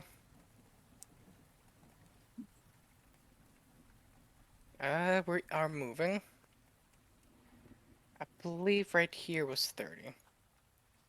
From what I was seeing. Also, why the hell's with my HP? I never modified my Roll20 character. Oh well. Yeah, it's alright. Just use the other thing there. All right, so the door is blocking us right now. Yep. We're gonna be attacking this door. I'm gonna take a wild guess and say using anything fire related is gonna be a bad judgment. You can certainly try. Any fire attacks is just gonna be a bad judgment. Wait, I have control flame. Yeah. I do have control flame. Oh, that's I You can perfect. put it out. I can expand it, or I can instantaneously extinguish the flames within a 5-foot cube. Wait, can you? It was so you could control, extinguish or control them. I can extinguish it within a 5-foot cube. I can also instantaneously expand the flame 5 feet in one direction, provided that wood or other fuel is present in the new location. Oh, Okay. I wonder So, if that lets you contain it as well. Then, just like well, contain it right on the door. Mofan, is that your turn? You also No, wouldn't know that. Mofan wouldn't. no, Mofan wouldn't know that. No. Mofan is gonna be using an explosion here. Oh God. Okay. I suggest Mofan's yells to mime duck and cover. He's gonna whip out his water skin, take a dollop of water, and he whips out his ice knife and he chucks it at the door. Okay. Well, the door can't make a dex saving throw, so it's gonna hit. So roll the piercing damage and roll the cold damage. That's critical too. Yeah, it's a got door. Well, it's dexterity save, so no, it's not critical. Well, no, it's a to hit, and then they make a dexterity save. Anybody that's not being hit. Yeah. So you got to roll an You get attack the- roll. I did, and I got a critical on that. Oh, well, I shit, yeah. I forgot to say I'm doing it as a second level spell. Okay. I just burnt one of my second level slots. Okay. So go ahead and roll your damage. I did. 6 damage. 6 damage. The door And then it also takes then it takes another the cold 2d6. damage. Yep. Yeah. So roll 2d6 for cold damage. Give me one moment. That's the wrong one. Wait, huh? I'm just reading this. All you gotta do is roll 2d6. I know that. I'm just reading to make sure. It's normally 1d6 if it's a level 1, correct? No, the Oh, no, saving throw is 2d6. I'm pretty sure. I can Or check. take 2d6 cold damage. Higher levels increase by 1d6 for each level, so that's one more d6. Yeah, it's 3d6 then. Yep. It is 11 starting to to total. storm here, so if I just cut out, I'm sorry. All right. So 11 damage plus the 6. The door's splintered pretty heavily. It's not quite open yet, but it is very heavily splintered. Which brings us to the thing's turn, which again is going to, since it already has cannot remember names to save my life. Raoul. No. Alright, so first attack. Is still paralyzed, still with advantage. Natural 18. So 24. Yeah. Okay, so 12 slashing damage, and you lose 6 max HP. Its second attack. Okay, that has put me into death saves. Okay. I'm Dear at God. negative 17 hit points for my HP modifier. So that first hit, For your max HP is negative 17? Yeah. That would put you completely out with no chance of resurrection. Yeah. Raoul is dead. Because you have 0 hit points to revive now. Yeah. Shit, the Dear Onryos. Hey man, the Onryos. That's what she does. That's her tactic. She isolates people. Mm-hmm. So, with Raoul out, she's going to disappear back into the ethereal realm using her bonus action. So that leaves Celeste. It's your turn. How far am I from the door? Okay, so you're right next to the. You're like right in the kitchen door. You were roughly about. We'll say. Yeah, you're about 30 feet to the door. Okay, my movement's 30 feet. I wanna move to the door and I'm gonna open it. Try and open the door now. Okay. So you get to the door and it swings open. And you just see the lifeless body of Raoul there. Almost like completely drained of his essence. Eyes are bloodshot. Jaws hung wide open. He looks like whatever got him just scared him half to death. Let's see. Okay, with that, her attachment has been reversed back to something else.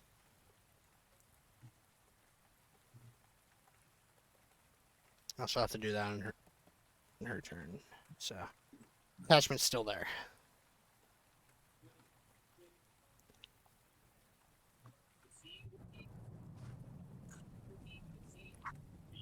I turn to and he's not breathing, of course. He said he's lifeless. So I'm gonna turn to Mofan and mine and be like, he's gone.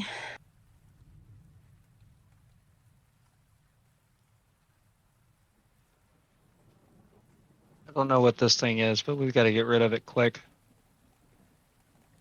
I agree. We must stay together. I could have used that one. Yes. Agreed.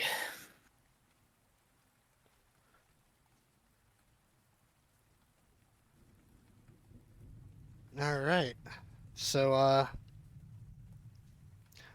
took your movement. Would you like to do anything else? Assuming you used your action to kind of open the door. Yes. Okay. So, I think you just have a bonus action left. So I'm going. Am I able to use Druidcraft to craft a bouquet of flowers to just put on his chest? I'll allow it. Okay. Well, that's it. Okay. So, mine, it's your turn. Mine's going to take the amulet Okay. and he's going to smash it. Okay, roll an attack roll. Guess unarmed strike No. with a dexterity. He's not going to do that. He's going to catch the amulet on fire. Okay. Magical damage. And he's going to actually... he's going to use Flaming Sphere to do so. Okay. So, yeah, you take the amulet, you throw your flaming Second sphere level. on it. I think it's red hot. It's an That's going to be amulet. 5 damage, and it's going to take that every turn. Okay. So, the amulet currently is red hot. It's kind of glowing this And orange then- color. As it's red hot, he's just going to say, somebody smash it. Okay. So, Mofan, it's your turn. What do I have on me? I believe I have something for that. Hold on. I do. I have a quarterstaff. So Milefan's gonna smash at them. Okay. Go ahead and roll an attack with advantage because it's an inanimate object. You said with advantage? Yeah. Dear Lord. Uno momento.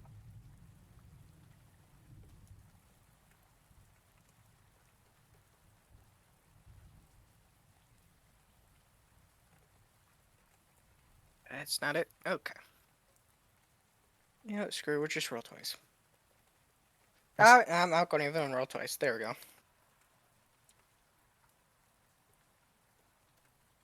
And have to get his character sheet up. We're doing it versatile, so we're doing it with 2 hands. Okay. Alright. Okay. Wait, what? -7? Oh yeah, cause yeah, I don't normally use a quarterstaff.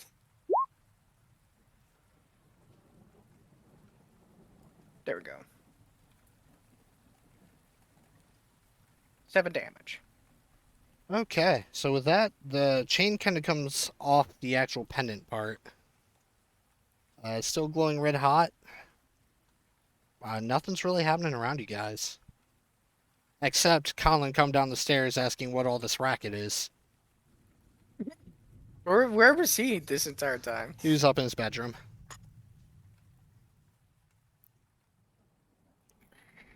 Ah, Molfred's gonna explain to him what just happened then, I guess. He's gonna go to the mine. Mine, what's going on?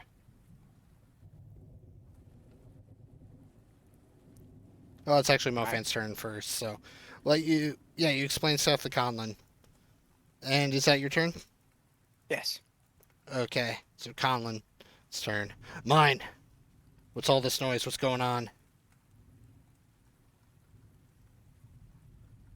The amulet. Smash the amulet. Okay, so he's gonna take his hand axe.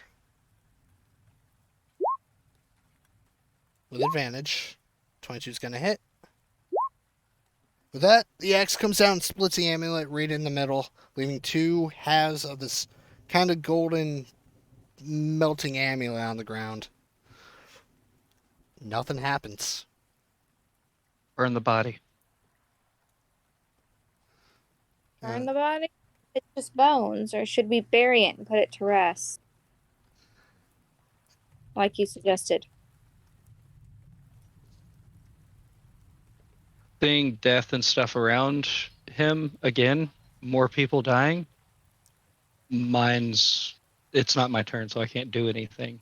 But It is it's just the something's turn. And it's gonna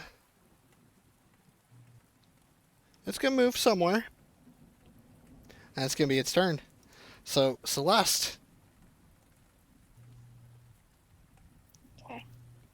Should we... You said burn it, but earlier you were telling us to bury the body and put it to rest. I don't know what to do. There's more people dying around me. I say we leave. We could do that too. That's the safest option right now.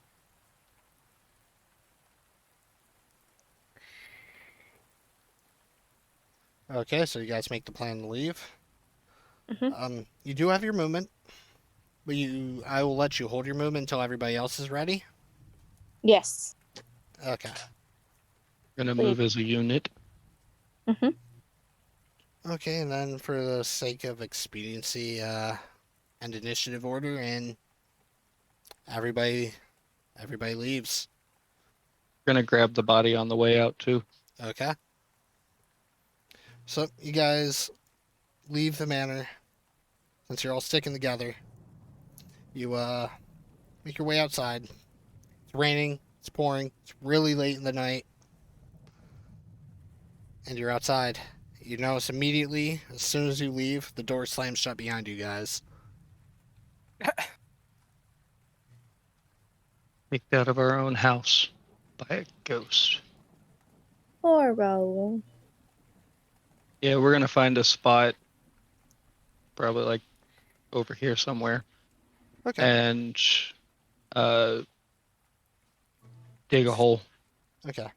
So you dig the hole, you throw the bones in, you bury it. Nothing perceivable happens, but there's no way to be 100% sure. And then we're also gonna bury Raoul.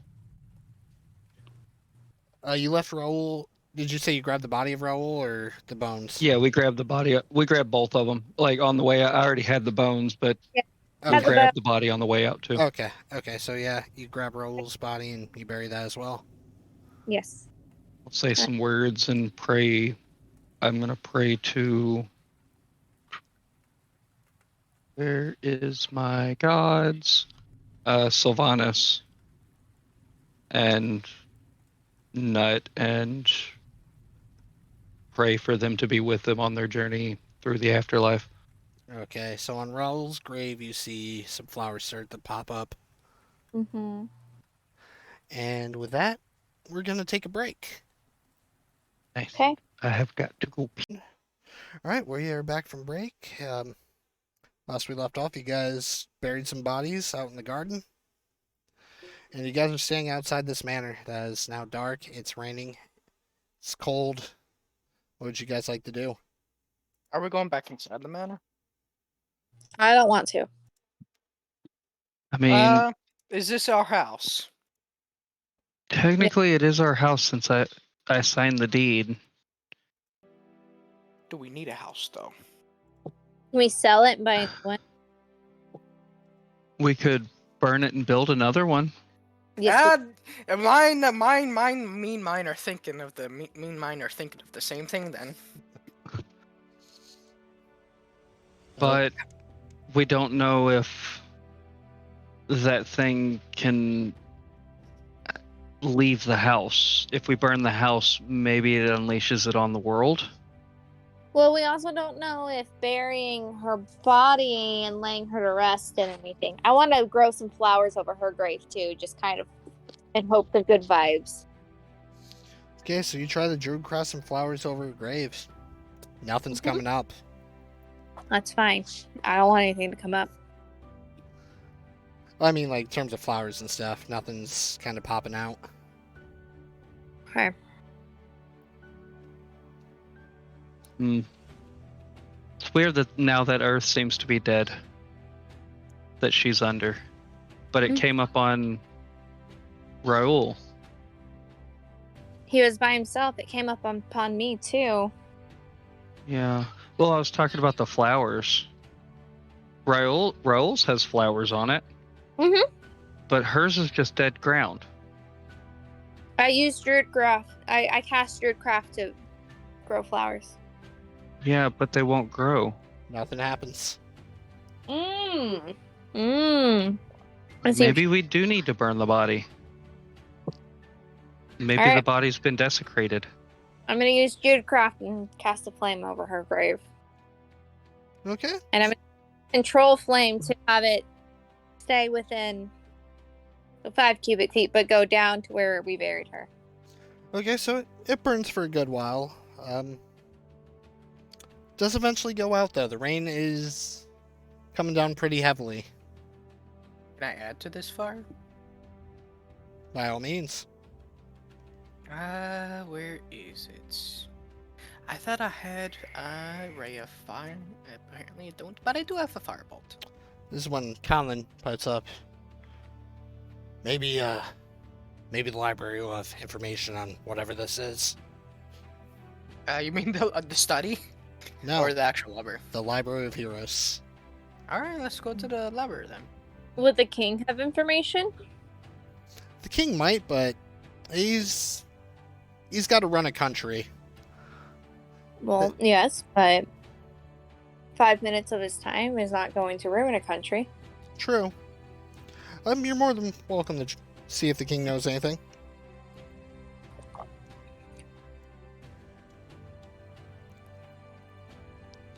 So it's up to you guys. It's late at night. It's downpouring. There's thunder. There's lightning. And it's cold. I mean, we could go back to the house, but we'd have to take shifts on who's staying up while the others rest. Meanwhile, everyone has to stay in one room. But I mean, if one person's awake and everyone else is asleep, then is that person alone? Okay, so 2 people on watch duty, 2 people asleep, and then we do this in increments. It could do that, but Or- it'd have to be 4-hour shifts, which would not constitute a long rest. Let's just It'll be go a short rest. Let's just go rent a room. We got money. Polaris gave us money. Let's go rent a room. That sounds like a good idea. Yeah, let's Yes. do that. Okay, so you guys take your leave of the manor, leaving it behind. You make your way back to the city. Streets are pretty quiet. It's pretty late at night. It's raining. Most people are staying inside. You guys like to find an inn? Would you like to go to the Adventurers Guild? Let's go to the Adventurers Guild. Okay. Yeah, so you guys make your way to the Adventurers Guild. It takes roughly about 20 to 30 minutes. Rain's lightened up a little bit. It's no longer thundering and lightning. It's just a drizzle now. You enter the Adventurers Guild. Door swings open. There's Hephaestus just sitting at the desk. Ah! I see you all returned. It's been a while. How have you all been?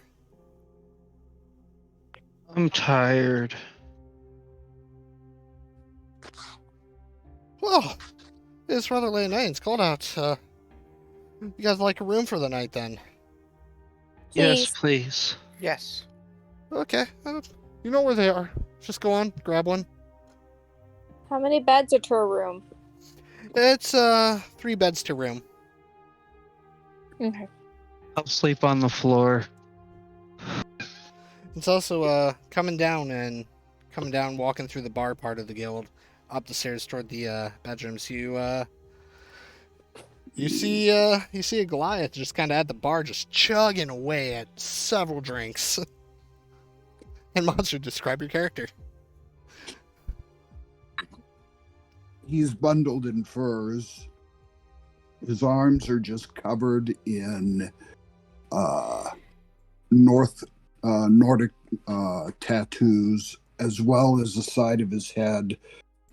Scars everywhere. He's got brown and gray Nordic braids, long hair, massive axe resting up beside him. Couple of more hand axes and a dagger hanging at his belt. He's got some fur, he's got some leather straps, paddings, leather pants, and boots. But yeah, he's just chugging away. I'm gonna walk up to him and ask, might I join you? Suit yourself, young lady. And I'm going to ask for a drink. I didn't tap you. Hey, Ostrander. Lady would like a drink. All right, coming right up. Fills a mug full of some ale, slides it down. Orders on mine. Why, thank you. It's been quite a day. And I sit there and big old gulp of it. Through that. Name's Rognar. What's yours? Celeste. Pretty name for a pretty lady. Pleasure to meet you. And I'm going to meet you, so. You look like somebody just shot your cat. My friend Raoul. He just died. Uh-oh. Attack- I condole.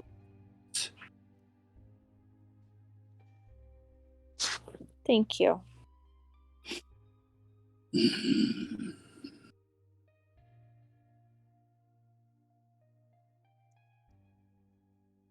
And you, sir? How was your day? There was a lot of rain. Get tired of rain. I want to use Druidcraft and cast snowflakes. Okay. Yeah. Bet, I guess. It's all right. Just came into town after my last what do they call it, quest or something. Gave me a piece of paper, tell me to go kill something. I'll kill it, come back, get my coin, get my drink and a bed. Quite simple, eh?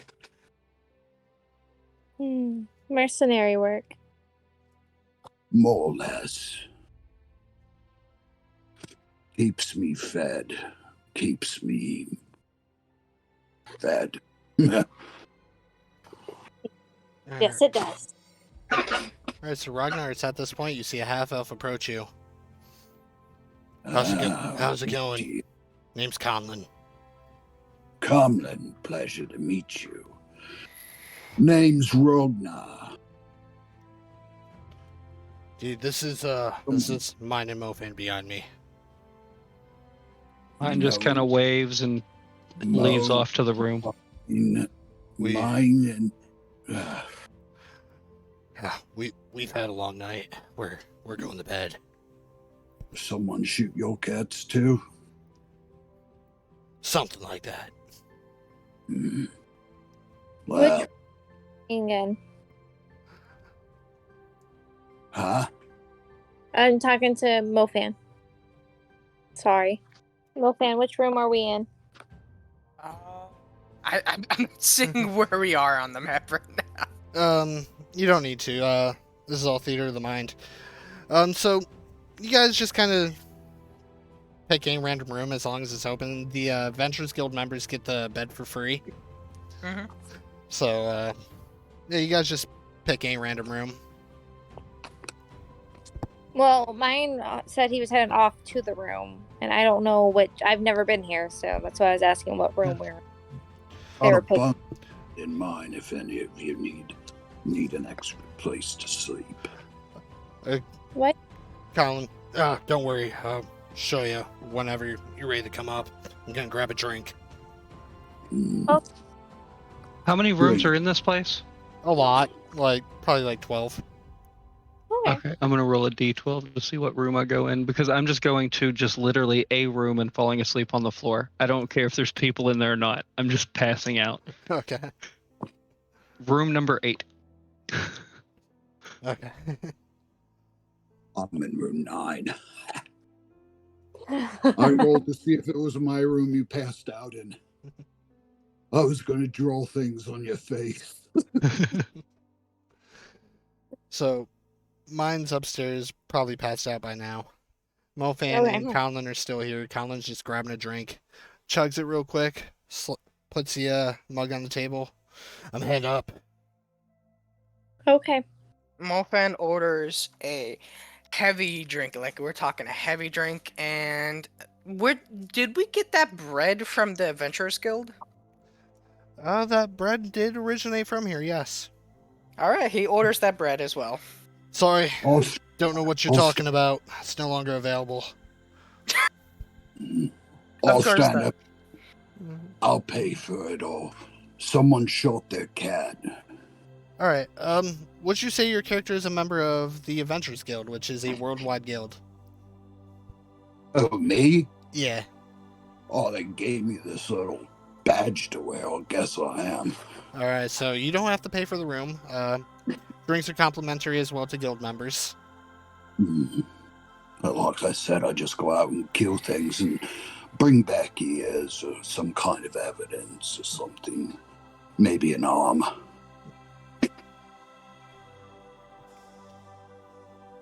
So at this point, it's like almost 2 o'clock in the morning. It's very, very late. I'm Dang, gonna finish my drink and head on upstairs. Mofan, because you drank something heavy, I need you to make a Constitution save. I'm gonna wait for Mofan. Constitution, okay.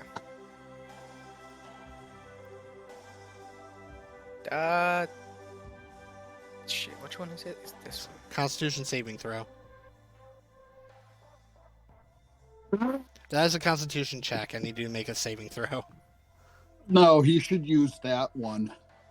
I mean, yeah, definitely. Okay. All right. So, Mofan, you're absolutely obliterated drunk. All right, and now I'm gonna roll so that it was rooms 1 through 12. Yes. All right. His Mofan's Mofan was gonna go to room 8 regardless. Well, now it's random because you're drunk off your ass. Yeah. Yeah. And you so, don't know that mine's in room 8. You just know that he's in a room. Yep. So room He's 5. in number 5. Okay. So you try to stand up from the stool and immediately face plant the ground. I'm going to jump up and try and help him off the floor. Okay. Like you singe do marks so. everywhere. There's like singe marks everywhere. You notice his scars on his arm are glowing like this orangish red color, and it's pretty warm. It's not like burning it, but it's warm. Think he's going to explode. I'm gonna use the druid craft, and I'm gonna do a gust of wind around him and see if that'll help cool him down. It cools you off, but his arms are still glowing. Okay. I'm going to turn to the barbarian and be like, "Could you help me, please?" As I'm trying to pick him up off the floor. Well, oh, yeah, sure, no problem. Pick him up with one arm. Mofan is protesting. I can walk myself up there. Oh, No. fan. Well, don't think you can, mate. I don't think you can. No, it's okay. Watch. Now, how many fingers am I holding up? You're gonna come with me. I'm gonna tuck you into bed just like my pa used to. No. Just like my sister used to. Pa was rather rough. Okay, so you guys manage to get Mofan upstairs. Are you guys placing him in the room he rolled? Yes. Okay. All right. Okay. All right. So, what are you two doing? I'm going to ask to room with him. May I room with you tonight? Me? Well, You said- yeah. You can have the top bunk if you want. I would love the top bunk. Right. Okay. So I'm gonna go room with him, and I'm gonna crawl up onto the top bunk. Okay. Uh. So Mofan, I need you to make a wisdom saving throw with disadvantage because you're drunk. Oh, for fuck's sake. Wait, with disadvantage, you said? Disadvantage because you're drunk. 1 moment here. Oh yeah. Did you guys close the door as you left him in there? Yes. Okay. Well, yeah. Everybody's got to have a privacy, eh? Guys, where is it? This is gonna be the death of me. Gonna be the death of one of us. Already has been. Yes, it has. Oh, Character sorry. settings. Talking at me left cheek. You said with disadvantage, Tyler? Yes. So roll twice and pick the lowest one. Okay. Someone had a rooster fetish. What? I have a +8 to my wisdom. 1d12. Oh no. Okay. Yeah, I see it. Oh. 6 is my lowest. Okay, I will say because you were drunk, you were not frightened. However, you are laying there in bed, your world swirling around you. There's a candle. You see it? Just flash out. You see a hand come out from under your bed. You hear the sound as it appears over the bed, and his face is right in your face. And it's going to take a slashing attack at you. Wait, am I allowed to move? You're paralyzed. You're Oh, not well, frightened because lovely. you're drunk, but you are paralyzed.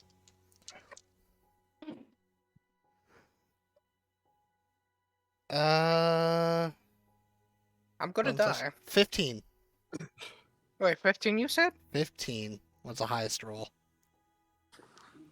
Well, that definitely hits. My armor class is 11.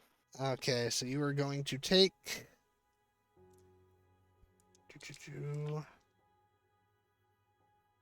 12 points of slashing damage. You're going to lose 6 max HP. And I need everybody else 2, 1. First, roll a perception check, everybody. And Can you get maximum HP back? yeah, there's And a you way. said I'm losing to what, my 6 maximum HP? 6 max HP with 12 slashing damage. The only way to get max HP back is with a greater restoration spell.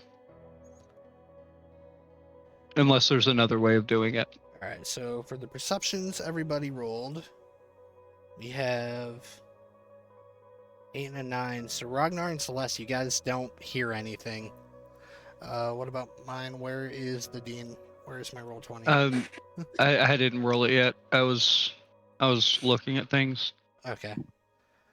11. 11. You And I am zonked out too. Like mine Ooh. passed out whenever he went up there. Okay, so okay. So I need only Mofan the roll initiative. Okay. What you got?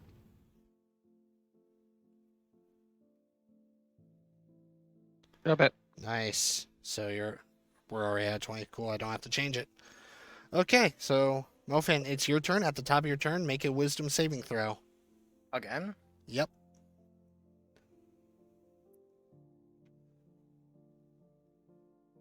God damn it.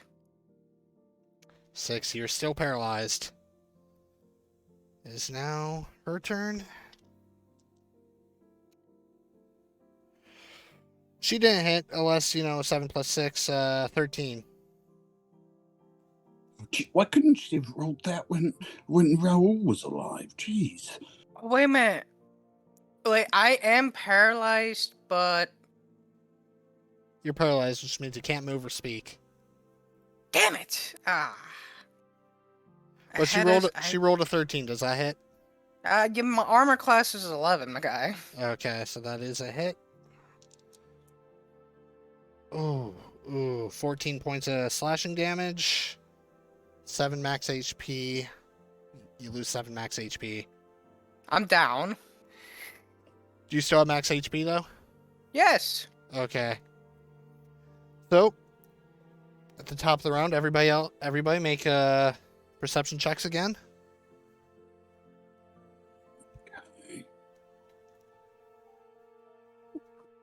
And how much at max HP did you say I lost? 7. 7. Okay. So Ragnar, you don't really hear anything. Celeste, on the other hand, you hear like a loud thump coming from room 5. Right before you're like halfway in the sleep in that state where you feel like you're falling and you just kind of shake awake. That kind of happens to you, but you hear a loud thump. I'm gonna jump up and be like, Ragnar, did you hear that? Yeah, what? I heard some noises. I think it's coming from Mofan's room. All right. Let's go. Check it out. Yes, let's go together. All right, go ahead and roll your guys' initiative.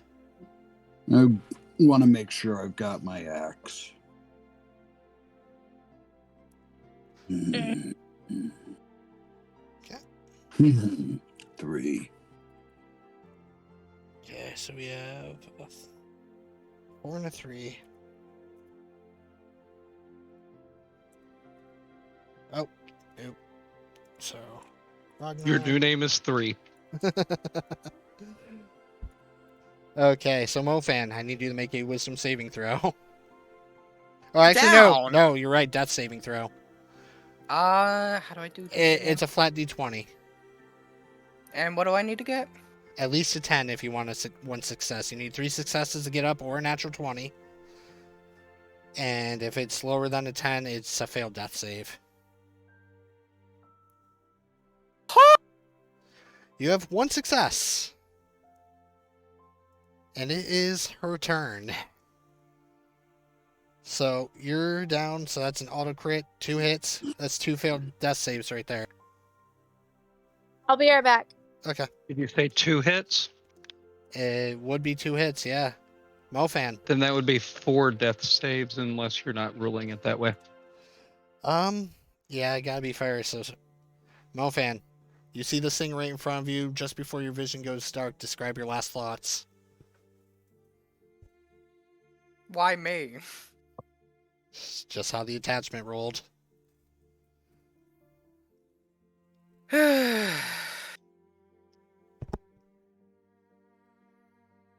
Mofan's dead. That's your character's last thoughts? No, he's probably thinking of someone help. Okay. So you're thinking, somebody help me, as, you're already drunk, but she hits you, which kind of wakes you up out of it, and then she puts you down, and your vision fades to black. And before you die, you're sucked back into the void where you originally came from.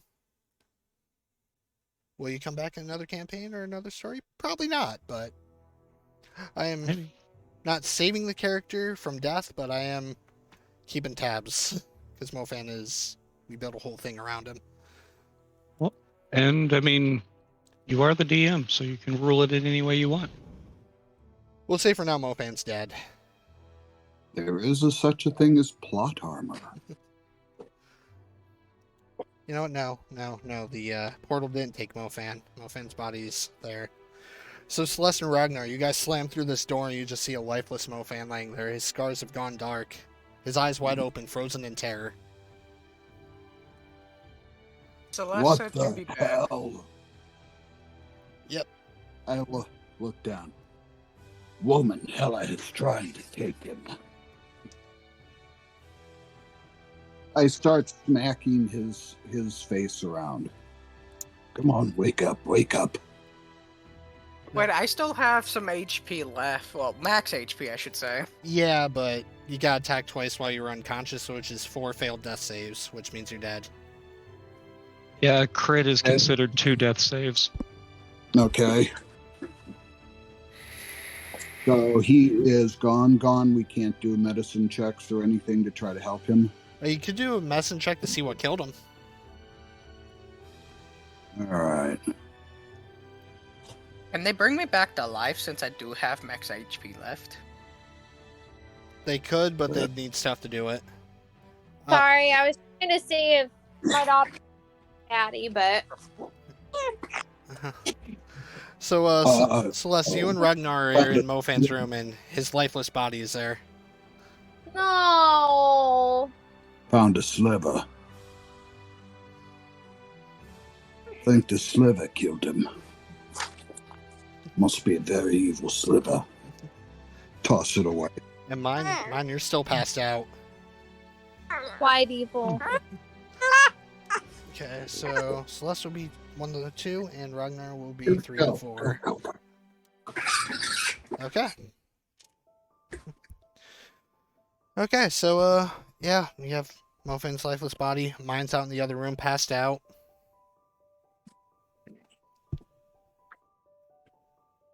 What'd you guys like to do? I would like to go.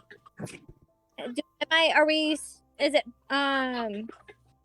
combat, or are we in combat, or are we doing free roam still? It's still free roam. Okay. Ragnar, let's go find mine. What room he's in though, do we? You see room 8, like the door's slightly ajar. Okay. I'll go over and kick it in. Boom! Conlen wakes up. Mine's still passed out. The hell? The elf guy, Mo money, Mo something, yo. Mo money. I think he got killed. Conlen. He's all like shriveled up like fruits that have been left out in the sun. And at this point, Mine, you feel Conlen shake you.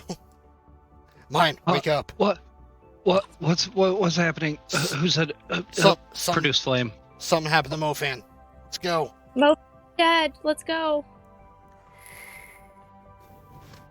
And It followed us? I guess so. We're going to have a chat about your luck. Everybody keeps dying around me. And the Wait. flame just goes out.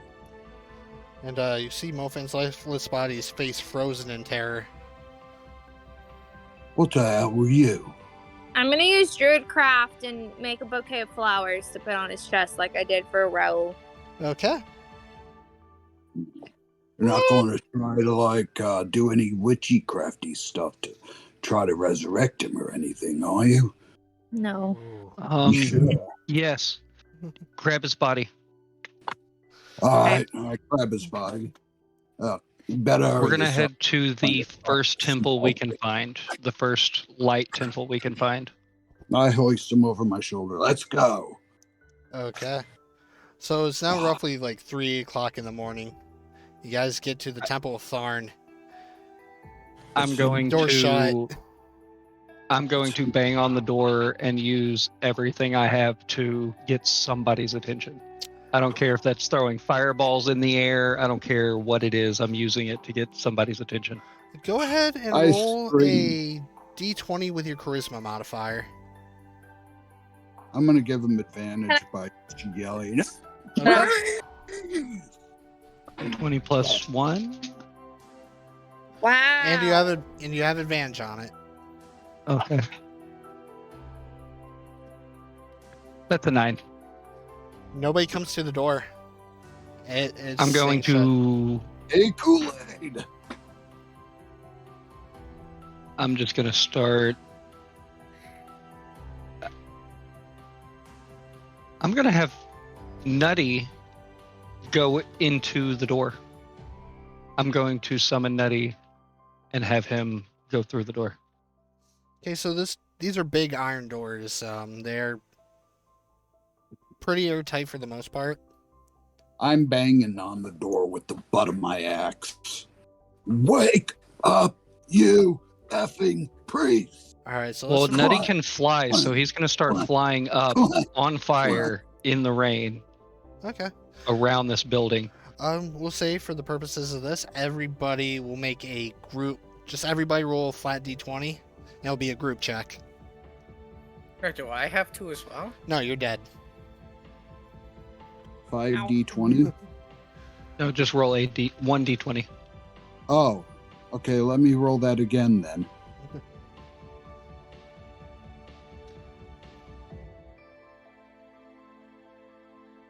Yeah. Well, that was I failed. Mine was more of a fail than yours. So you guys are screaming. You guys are you have Nutty floating around a window on fire. Nobody's coming. Wait. Is there a fire? Like, are there any torch lit or anything? There are some street lamps. I want to use the fire. I want to use control fire and use the fire from those lamps to burn the door down.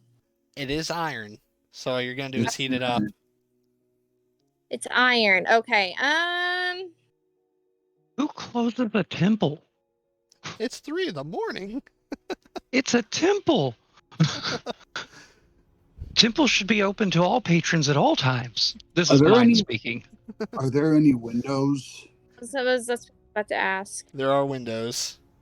All right, Nutty is going Line to fly. Toss- You see a Toss my body and through the window. Before you guys do this, go ahead and roll perception checks. Okay. By the way, everybody sees a flying. You see a squirrel that is a big ball of fire flying around this place. Okay. The squirrel that used to be on my shoulder. What? What in the... Okay. It's Nutty. No time to explain. Luckily, you guys do see a guard a little way off start around a corner.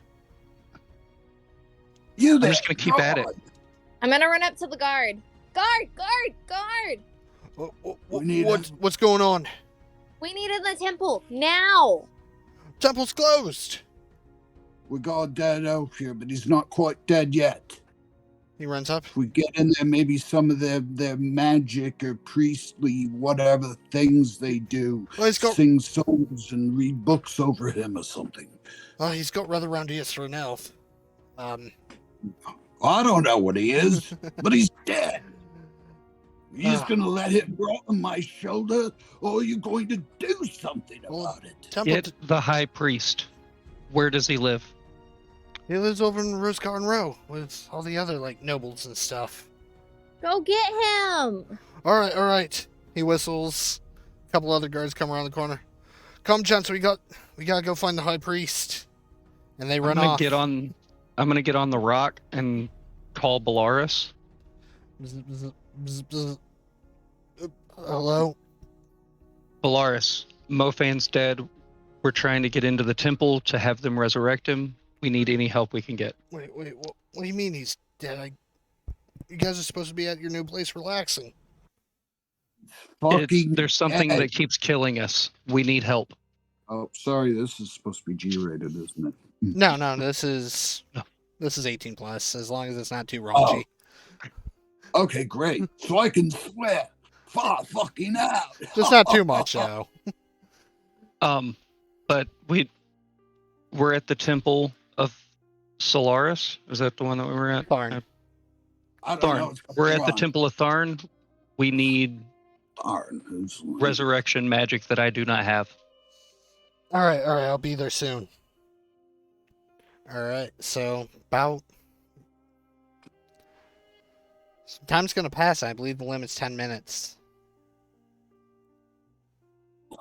Don't be too dead. So does anybody have a spell or something that could preserve the body?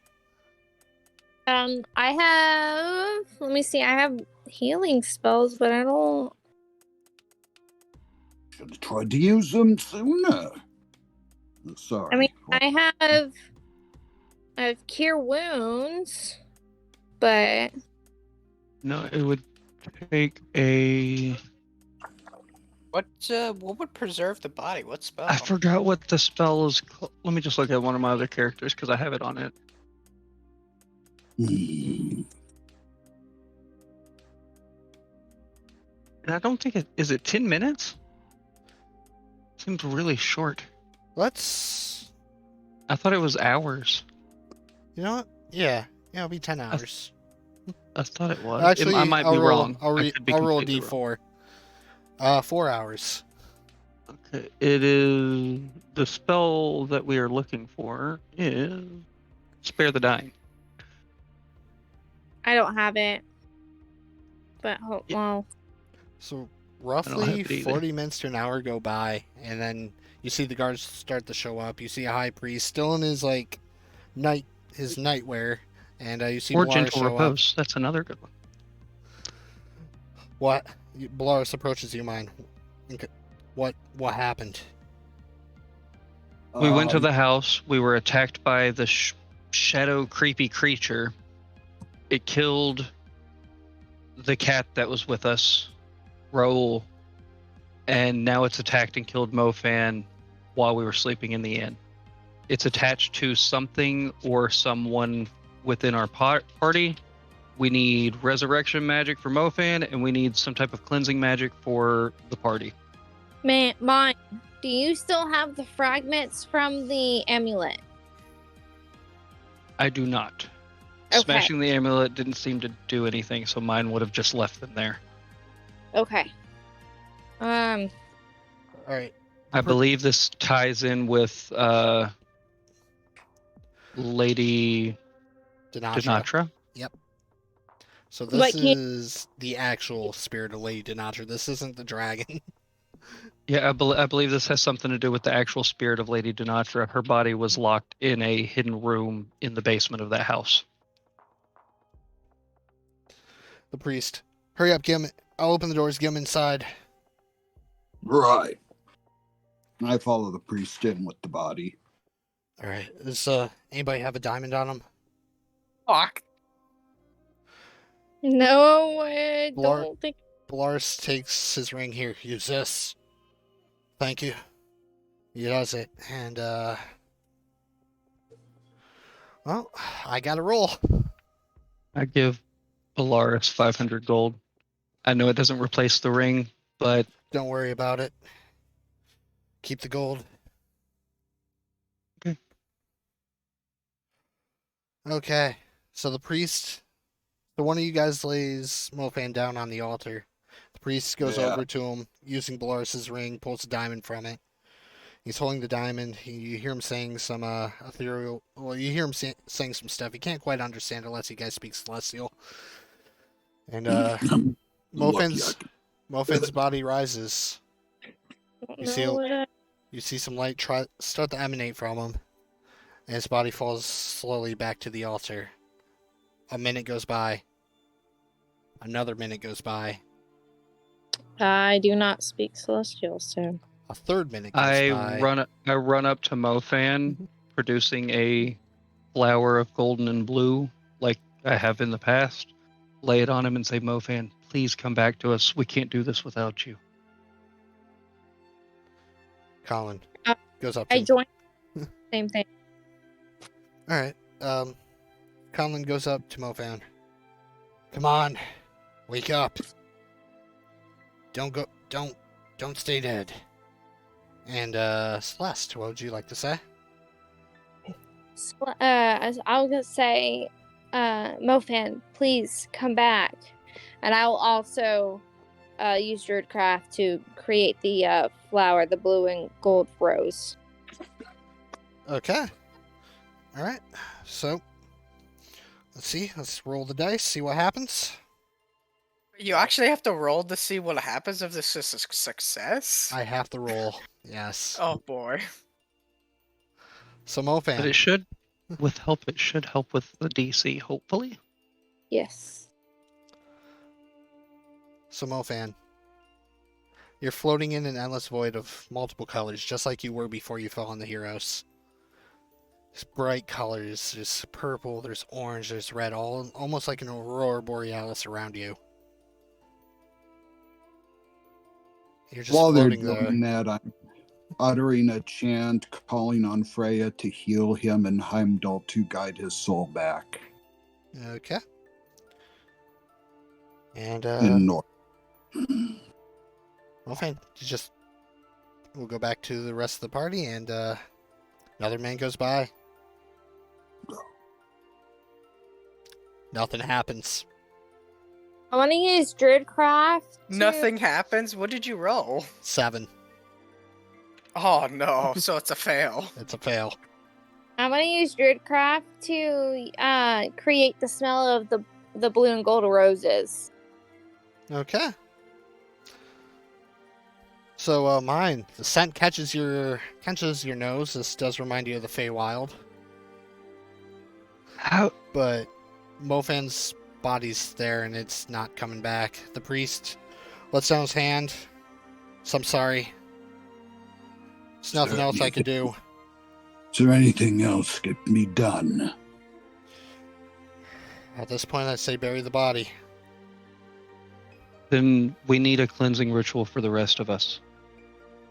Everyone in this room needs to be cleansed. Dispel any evil that is on us. If not, it could follow any of us home. Kill us in our sleep. Help cleanse us. Okay, so I'll do one at a time. Who's first?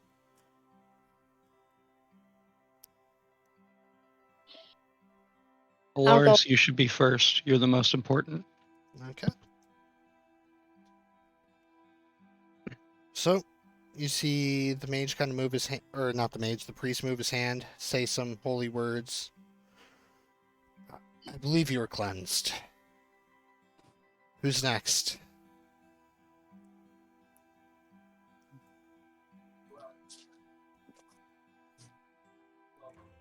Anybody? Any takers? I will go next. Okay, so he's going to wave some hands in front of you. He's going to say some celestial words. And immediately, you feel like almost like this big weight has been lifted off your shoulders. You hear a scream in the distance. And suddenly, it's like you're breathing less heavy again. Okay, I believe you are cleansed. And Judging by the sounds of it, it worked. Hmm. I'm gonna slowly turn to mine. It was me. What was you? It was me that it was attached to. I was the first one they attacked. Hmm. I don't know Good. though. Because it didn't show up in your room, it showed up in Mofan's room. But it showed up in my room first at the... He was alone. I was not. Well, as long as it's gone. You should still get cleansed. Who, Yeah, me? You? Oh, I don't know.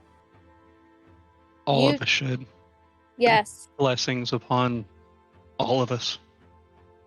Okay. So, who's next? I can't accept blessings from those who are not my own gods. But I suppose that being that they are not, or are they present? All right, so he waves his hands, says some stuff in Celestial. You feel the same. Okay. I'll go next. As Conlen approaches. Same thing. Waves his hands. Nothing notable happens. All right, last one.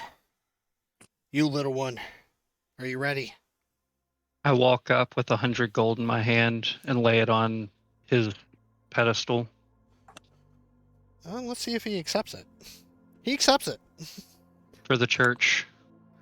Oh, thank you for your generosity, child. He's gonna. Thank you for coming on our time of need. It's no problem. But waves his hands, says some celestial words. Nothing notable happens. It's like, I would like to know a little bit more about this. Seems to be some kind of curse. Do you know what caused it? Yes. And I look to Bellaris. Is it okay to Just don't talk let him. about this? Oh, I don't see why not. And I go into detail about how the dragon killed Lady Denatra. He stops him. Maybe not that part. Oh, well then, something killed the owner of the house that we currently own now. And I believe that cursed that the person that used to own the house laid a curse upon something or an item or something in the house that passed on to us. Do you have the item? No, I destroyed it. That should have broken the curse. Means whatever this is, it's attached to something else. I believe it may have it might have body hopped. Jumped from one thing to another, attached itself in another way. Well, there are several types of spirits that can attach themselves to people. I'm unfortunately gonna need to look more into this. What other details can you give me? The creature likes to creep out when it's alone with somebody else. It likes to attack when people are solo. So it's opportunistic. I was by myself. It slammed the door shut, paralyzed me, and creeped out of the closet. Every step it made, it creaked, and long black hair was covering its face. Paralyzing is not a feature of many vengeful spirits. Give me just a second. Let me go grab my book. He runs. You see him kind of run behind the altar through a door into like an office area. He comes out with a book. He's flipping through the pages. Sounds like an Onryo. Well, it was definitely Onryo. He's looking through the page. So, Onryo's the vengeful spirit hit the curse is caused from something that dies a rather particularly violent death. Look in here, and there's no real way to truly get rid of one other than bring its killer, the Justice. That's going to be a little hard. It can attach itself freely to person, place, or object. But once it's banished, it has to go back to its place of origin, where it died. So as long as you guys don't step foot, or anybody step foot in that house, should stay there for the time being. What if we burn the house? I'm afraid that Then it has nowhere to go. It might free it on the other side. I'm not sure. The book's not very clear on how to truly banish it, get rid of these things. Something a shaman in my own village once did. She, evil spirits, she would ward stones around the houses and stuff. Could you do something like that to the place? Does your faith do that? This curse, its origin point's too powerful for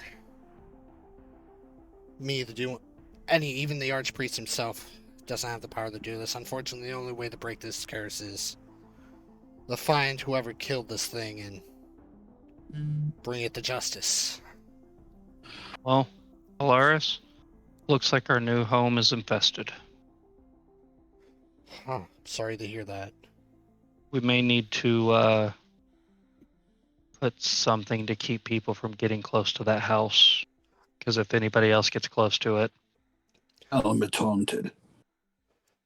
I'll Priest get is I'm sorry. We need to get a hold of the Ghostbusters. Do. You want to keep people away from it and get rid of pesky kids. Tell them it's haunted. I'll station some guards. I don't want my guards getting too close in case the curse moves on to them, but I'll keep... Is there Yeah. I'm sorry. is there a ward that you can put up? I can ward around the outside of the house, around the property itself. I can't guarantee its strength. What I can guarantee, though, is at least keep, the odd wanderer out. Maybe a ward to keep people out, not necessarily to keep the thing in. Yeah. Well, according to the book, it can't go very far from its attachment. One Well, of you, a as druid. If we only had a druid.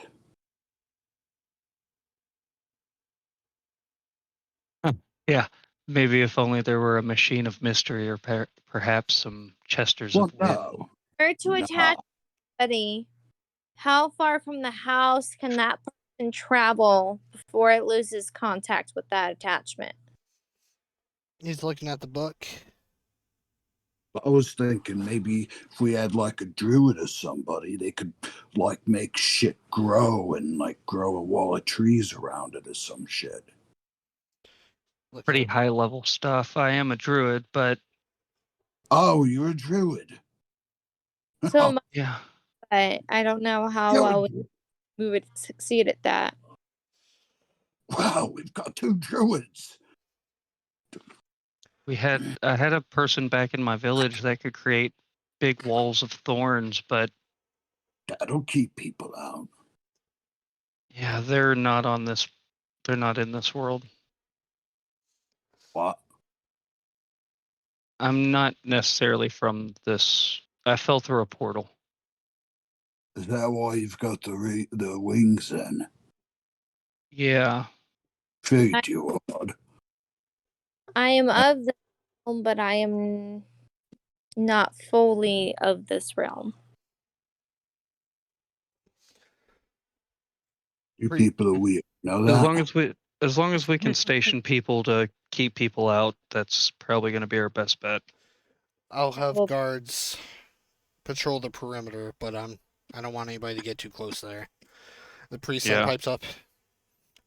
Maybe like a mile out. All right. I don't know. Just random unit of distance out.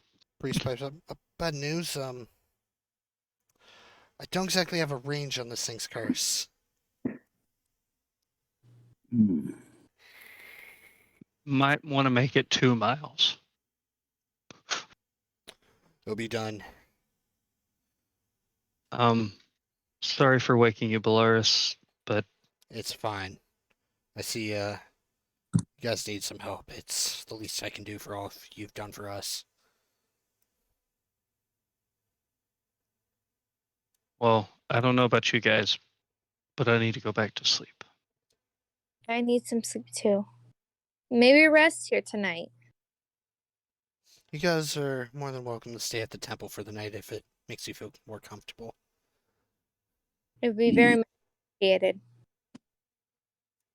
Alright. So, you guys decide to shack up at the temple for the night, and the rest of the night goes rather uneventful. However, you guys did not get a long rest, but you did get a short rest. And Okay. the sun rises, and that's where we will end today's episode. Okay. Appreciate